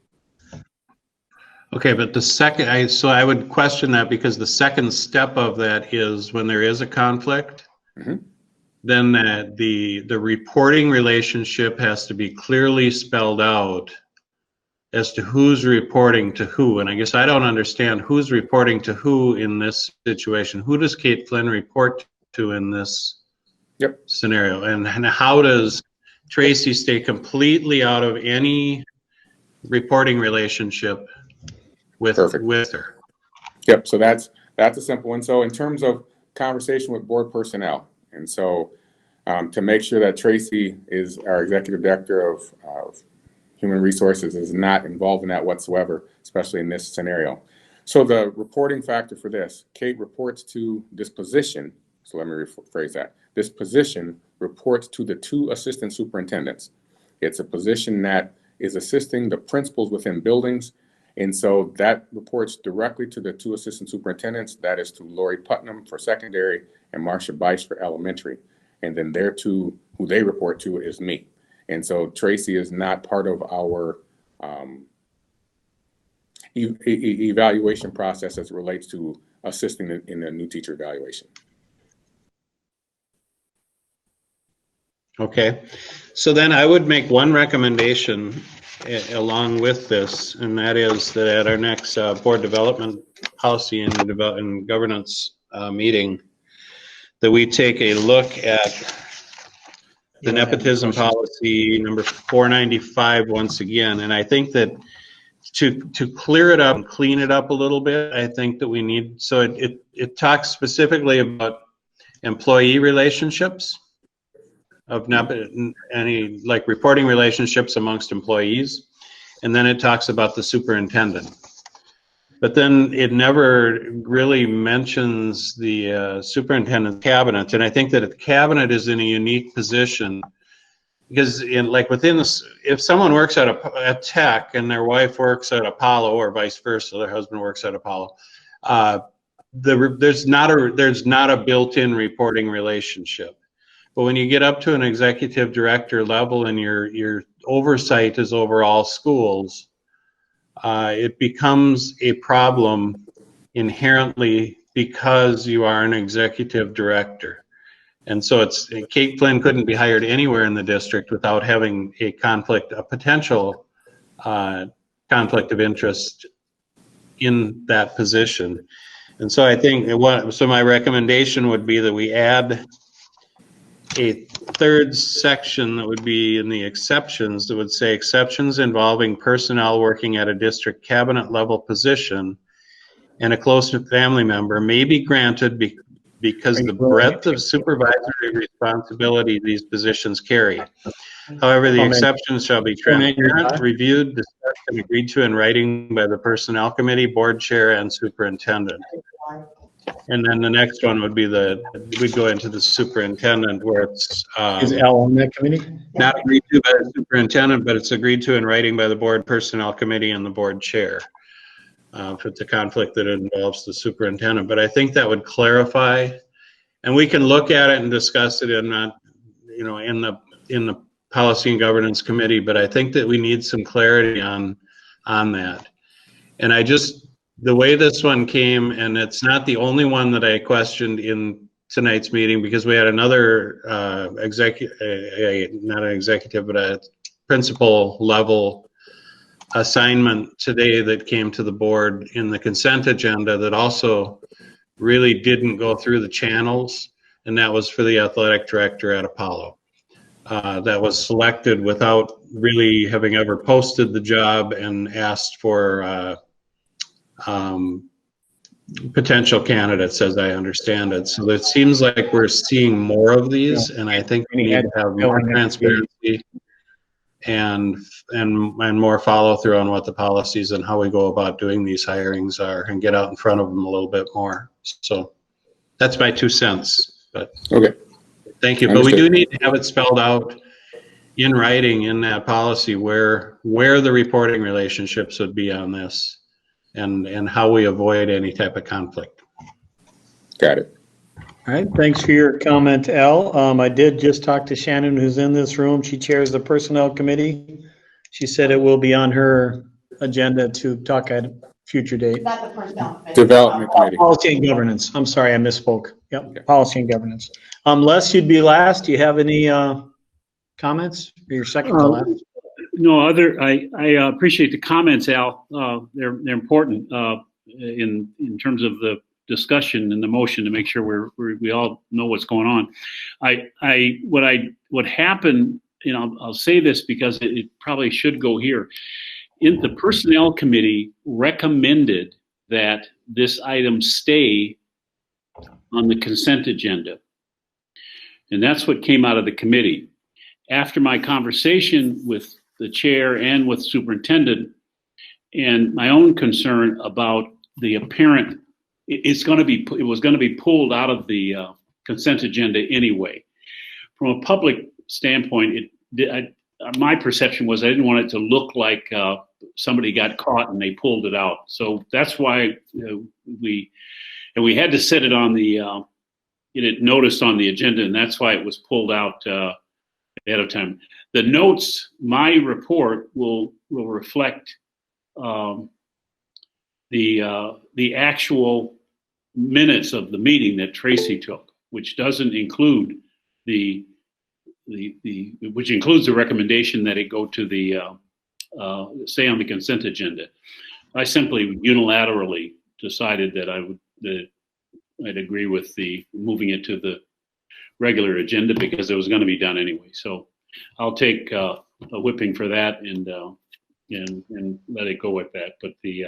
But I just want to be clear that I did not amend the minutes of the personnel committee because they're going to be the same. It's just my comments would be different. So, all righty, thank you. That's all. Oh, you want me to do something else? Are you ready for taking a vote? Yes, we are. Please do so. Okay. Les Green is yes. Zach Dorholt. Yes. Natalie Ringsmuth. Yes. Shannon Hall. Yes. Al Dahlgren. Waiting for my mic. Dang it. I hear you. Say yes or no. I guess. Did you get it? Yeah, that's good enough. Your mic's not on right now. Now it's on. Yes. Thank you. Yeah, all right. Yes. All right. That's it. I haven't voted. Oh, Monica. Where am I? Oh, I didn't. I missed you. Monica Segura Schwartz. I have a point of order. I will vote yes in the motion that I made. I heard I'll make a recommendation to another committee that is not part of this motion. Just wanted to put it in the record that the motion that I'm voting yes for is to approve the recommendation from personnel committee to hire the new position for teacher evaluation. So I didn't know we amended the motion, but we had a motion, that's why we're voting. Wait, let me hang on just a minute. I did not amend the motion. I was just telling you that I'm going to bring to the committee when we meet. Okay, yes, I didn't vote on a motion amendment, wouldn't we? Nope. Okay, good. Let me ask who's ever typing with their mic on to please stop. Somebody's busted. Thank you. All right, so there was no amended motion. We had a vote. Everyone got to vote. We're moving on. Anyone have any questions before I do? No, sir. Natalie, did you still have a question or concern? I do have a concern, and I think, Okay, go ahead. you know, I think this is a very sensitive topic, and I think we have to be careful when we talk about this sort of thing, and that we do it unilaterally across the board. And so I don't know if this is something that can, you know, be discussed in personnel committee next time. I don't want to take up more time in this meeting to do that, and I don't think it's the right place to do it. But you know, what we talked about in the personnel committee was that we're doing things by policy, and that when there wasn't something in policy or procedure that warranted for something to be taken out of the consent agenda, but then it still was. But then if Al is saying there's other ones that met the same thing as this, then it just gets really confusing as to why this one was taken out and others aren't. So I would just like, as a board, for us to set policy and procedures that are followed across the board, and not have special occasions for some and not for others. So wherever that makes the most sense to talk in committee, if we could do that, that would be great. All right, to give you a little background on that, Les was gracious. I made the decision to have it as a separate item after talking to Les and Willie, because I don't think a nature that could be controversial, and this one isn't, but anything like that should be tight. It should be a separate issue. It shouldn't be on the consent agenda. It shouldn't be pulled from the consent agenda. So as a chair, that was my call. And if anybody doesn't like it, call me, I'd be happy to talk to him. And you and I have discussed it, Natalie. So I own that one, and I would do it again. We probably should address that in our nepotism policy, because certain items should never be in that consent agenda in the first place. So that's my 2 cents on it. All right. If any other further questions or comments, or we're going to move on? Okay, we will move on. We are now on reports. So we have superintendent report. Willie, you would be up first. Okie doke. Thank you, sir. First, Anna Rogerman, student, tech class of 2020. She received a PEO STAR scholarship. The PEO Sisterhood is one of the largest community-based women's organizations in North America. This scholarship recognized the accomplishments of graduating high school young women planning to pursue post-secondary education. In presenting this $2,500 scholarship, the members of this chapter are pleased to recognize Anna, who demonstrates excellence in leadership, extracurricular activities, community service, academics, and potential for success. Second, congratulations to Tech's Katie Potes. She has advanced to octafinals, the top 60, in informative at the National Speech and Debate Tournament that happened on June 18th, and then advanced to the top 30. So congratulations, Katie. Next, South Junior High School teachers Mike Stapler and Maureen Prohl came up with a new plan for teaching their CTE class this year. They normally build a shed. However, with the pandemic, it challenged the teachers on how to construct while teaching online. Mike and Maureen decided to do the actual construction of a playhouse while students learned from home. They tied the curriculum to what they were doing as they built it. The project was definitely a success, especially in part to Simonson, or we need to say thank you to Simonson Lumber, as they donated the materials for this playhouse. Congratulations, Mike and Maureen. And fourth, District 742 Local Education and Activities Foundation, LEAF, announced that it has received a $5,000 grant from the Central Minnesota Community Foundation COVID-19 Response Fund in support of the District 742 PAC-RAT and PAC-CAT summer school programs, as well as a $5,000 gift from Stearns Bank and other individual gifts for the same purpose. PAC-RAT and PAC-CAT, and that's Partners and Kids Learning a Lot Together, and Partners and Kids Counting a Lot Together, are District 742 school year and summertime programs to help young learners have access to quality learning materials year-round. Because of the COVID-19 pandemic, LEAF is unable to run our normal summertime program where books are checked out to students through the district through the Roll and Read PAC-RAT bus and then return the next week. So instead, LEAF plans to distribute books and math materials to students and families that they can keep, and has raised funds to allow that to happen this summer. Look for the PAC-RAT and PAC-CAT bus schedule on District 742's website. And last but not least, if anybody hasn't recognized it, Al talks about marketing, or nope, he says branding. And so I need to say, Zach, nice shirt. And that concludes my superintendent's report. Thank you, Willie. Thank you, Zach.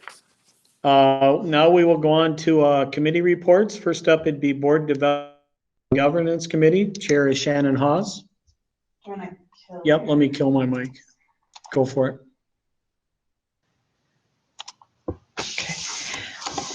We met on June 23rd. Hold on a second.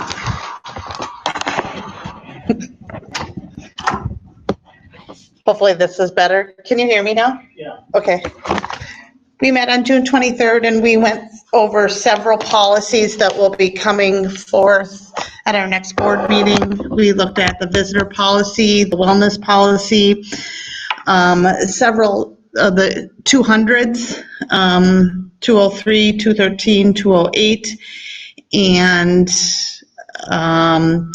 we're going to be bringing those forward, as well as bringing forward for 3 readings to discontinue with the governance policy, since we have covered that and added sections and other policies to so we can dismantle the governance policy. So that will be coming forward at future board meetings.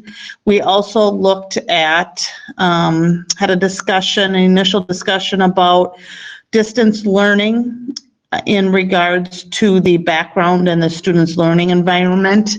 And administration is reviewing the discipline policy for situations that would come up in regards to distance learning and accountability there. Kind of regarding the backgrounds of the students, and just going in, nothing that happened in our district, but in other districts and probably out of state actually, that different situations came up. So we want to be in front of that. And that's, we meet at the end of July. That's it. Thank you. Thank you, Shannon, for your report. Next up, Al, do you have one from finance? Yes, I do. We met on June 11th, and first item on the agenda was the referendum update, and Willie was there and discussed with us our thoughts on the referendum, the members of the Finance Committee, and how to present going forward, or what our thoughts were on how to present going forward to the public if we were not to go forward with a referendum this year. Second item on the agenda was Board Policy 499 revisions, and that was from Amy Skellerud. The revisions are largely in response to an employee theft issue. The policy title is being changed from use of district-owned equipment to misuse of district funds or property, and the changes in the policy are essentially changing it so that it includes funds and not just equipment. So it was initially aimed mainly at taking equipment home and using it either through maintenance or tables and chairs for a wedding or something like that, and that was not allowed. Now it also includes you don't take money either, which seems self-explanatory, but it's now policy. Next up on the agenda, we discussed parking fees for the 2020-2021 school year, and it actually turned into a larger discussion, because the discussion is really about with this upcoming school year and the very likely possibility that they'll limit. We're gonna get rid of the parking fees students that can be riding a bus at any given time.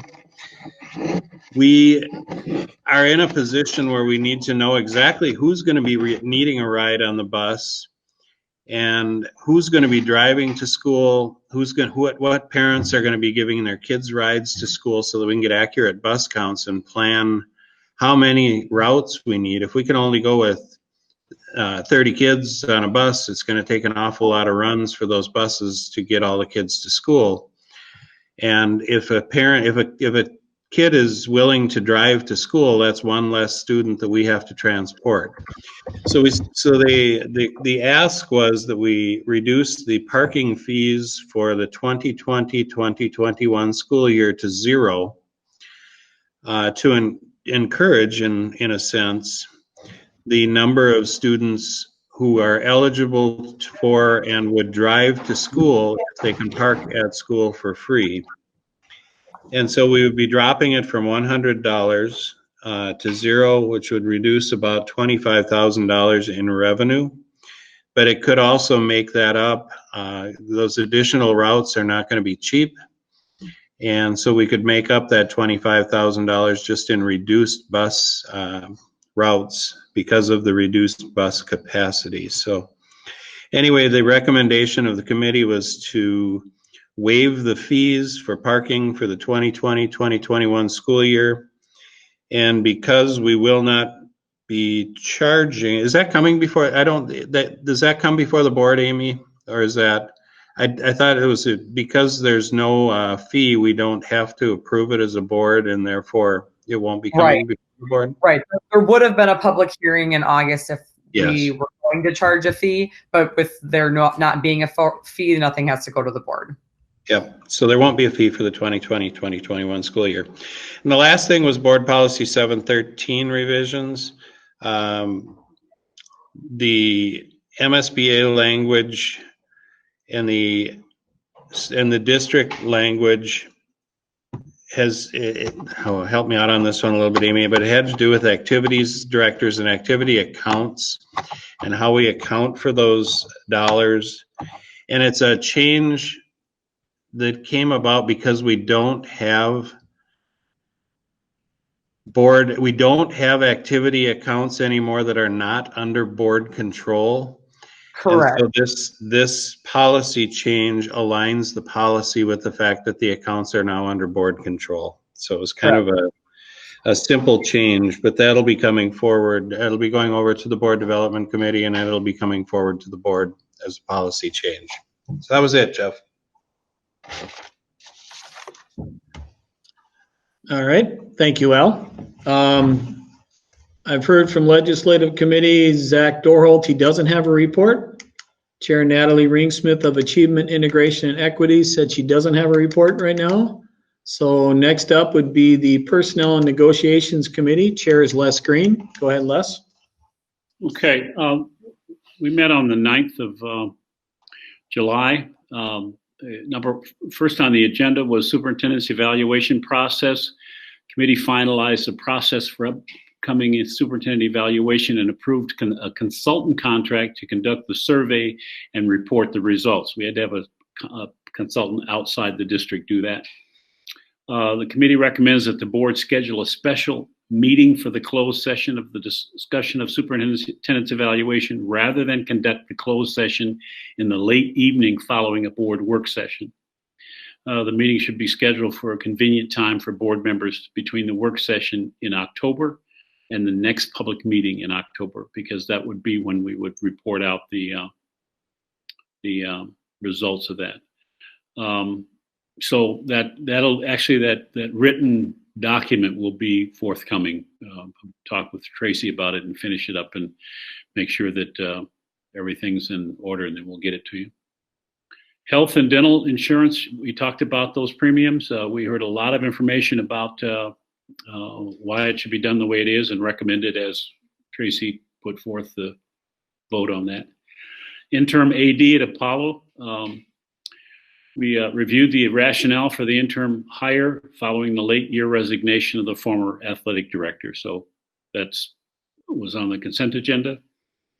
We also reviewed the need for assistance for the new teacher evaluations. Superintendent provided information regarding the need for administrative support in the hiring of Kate Flynn.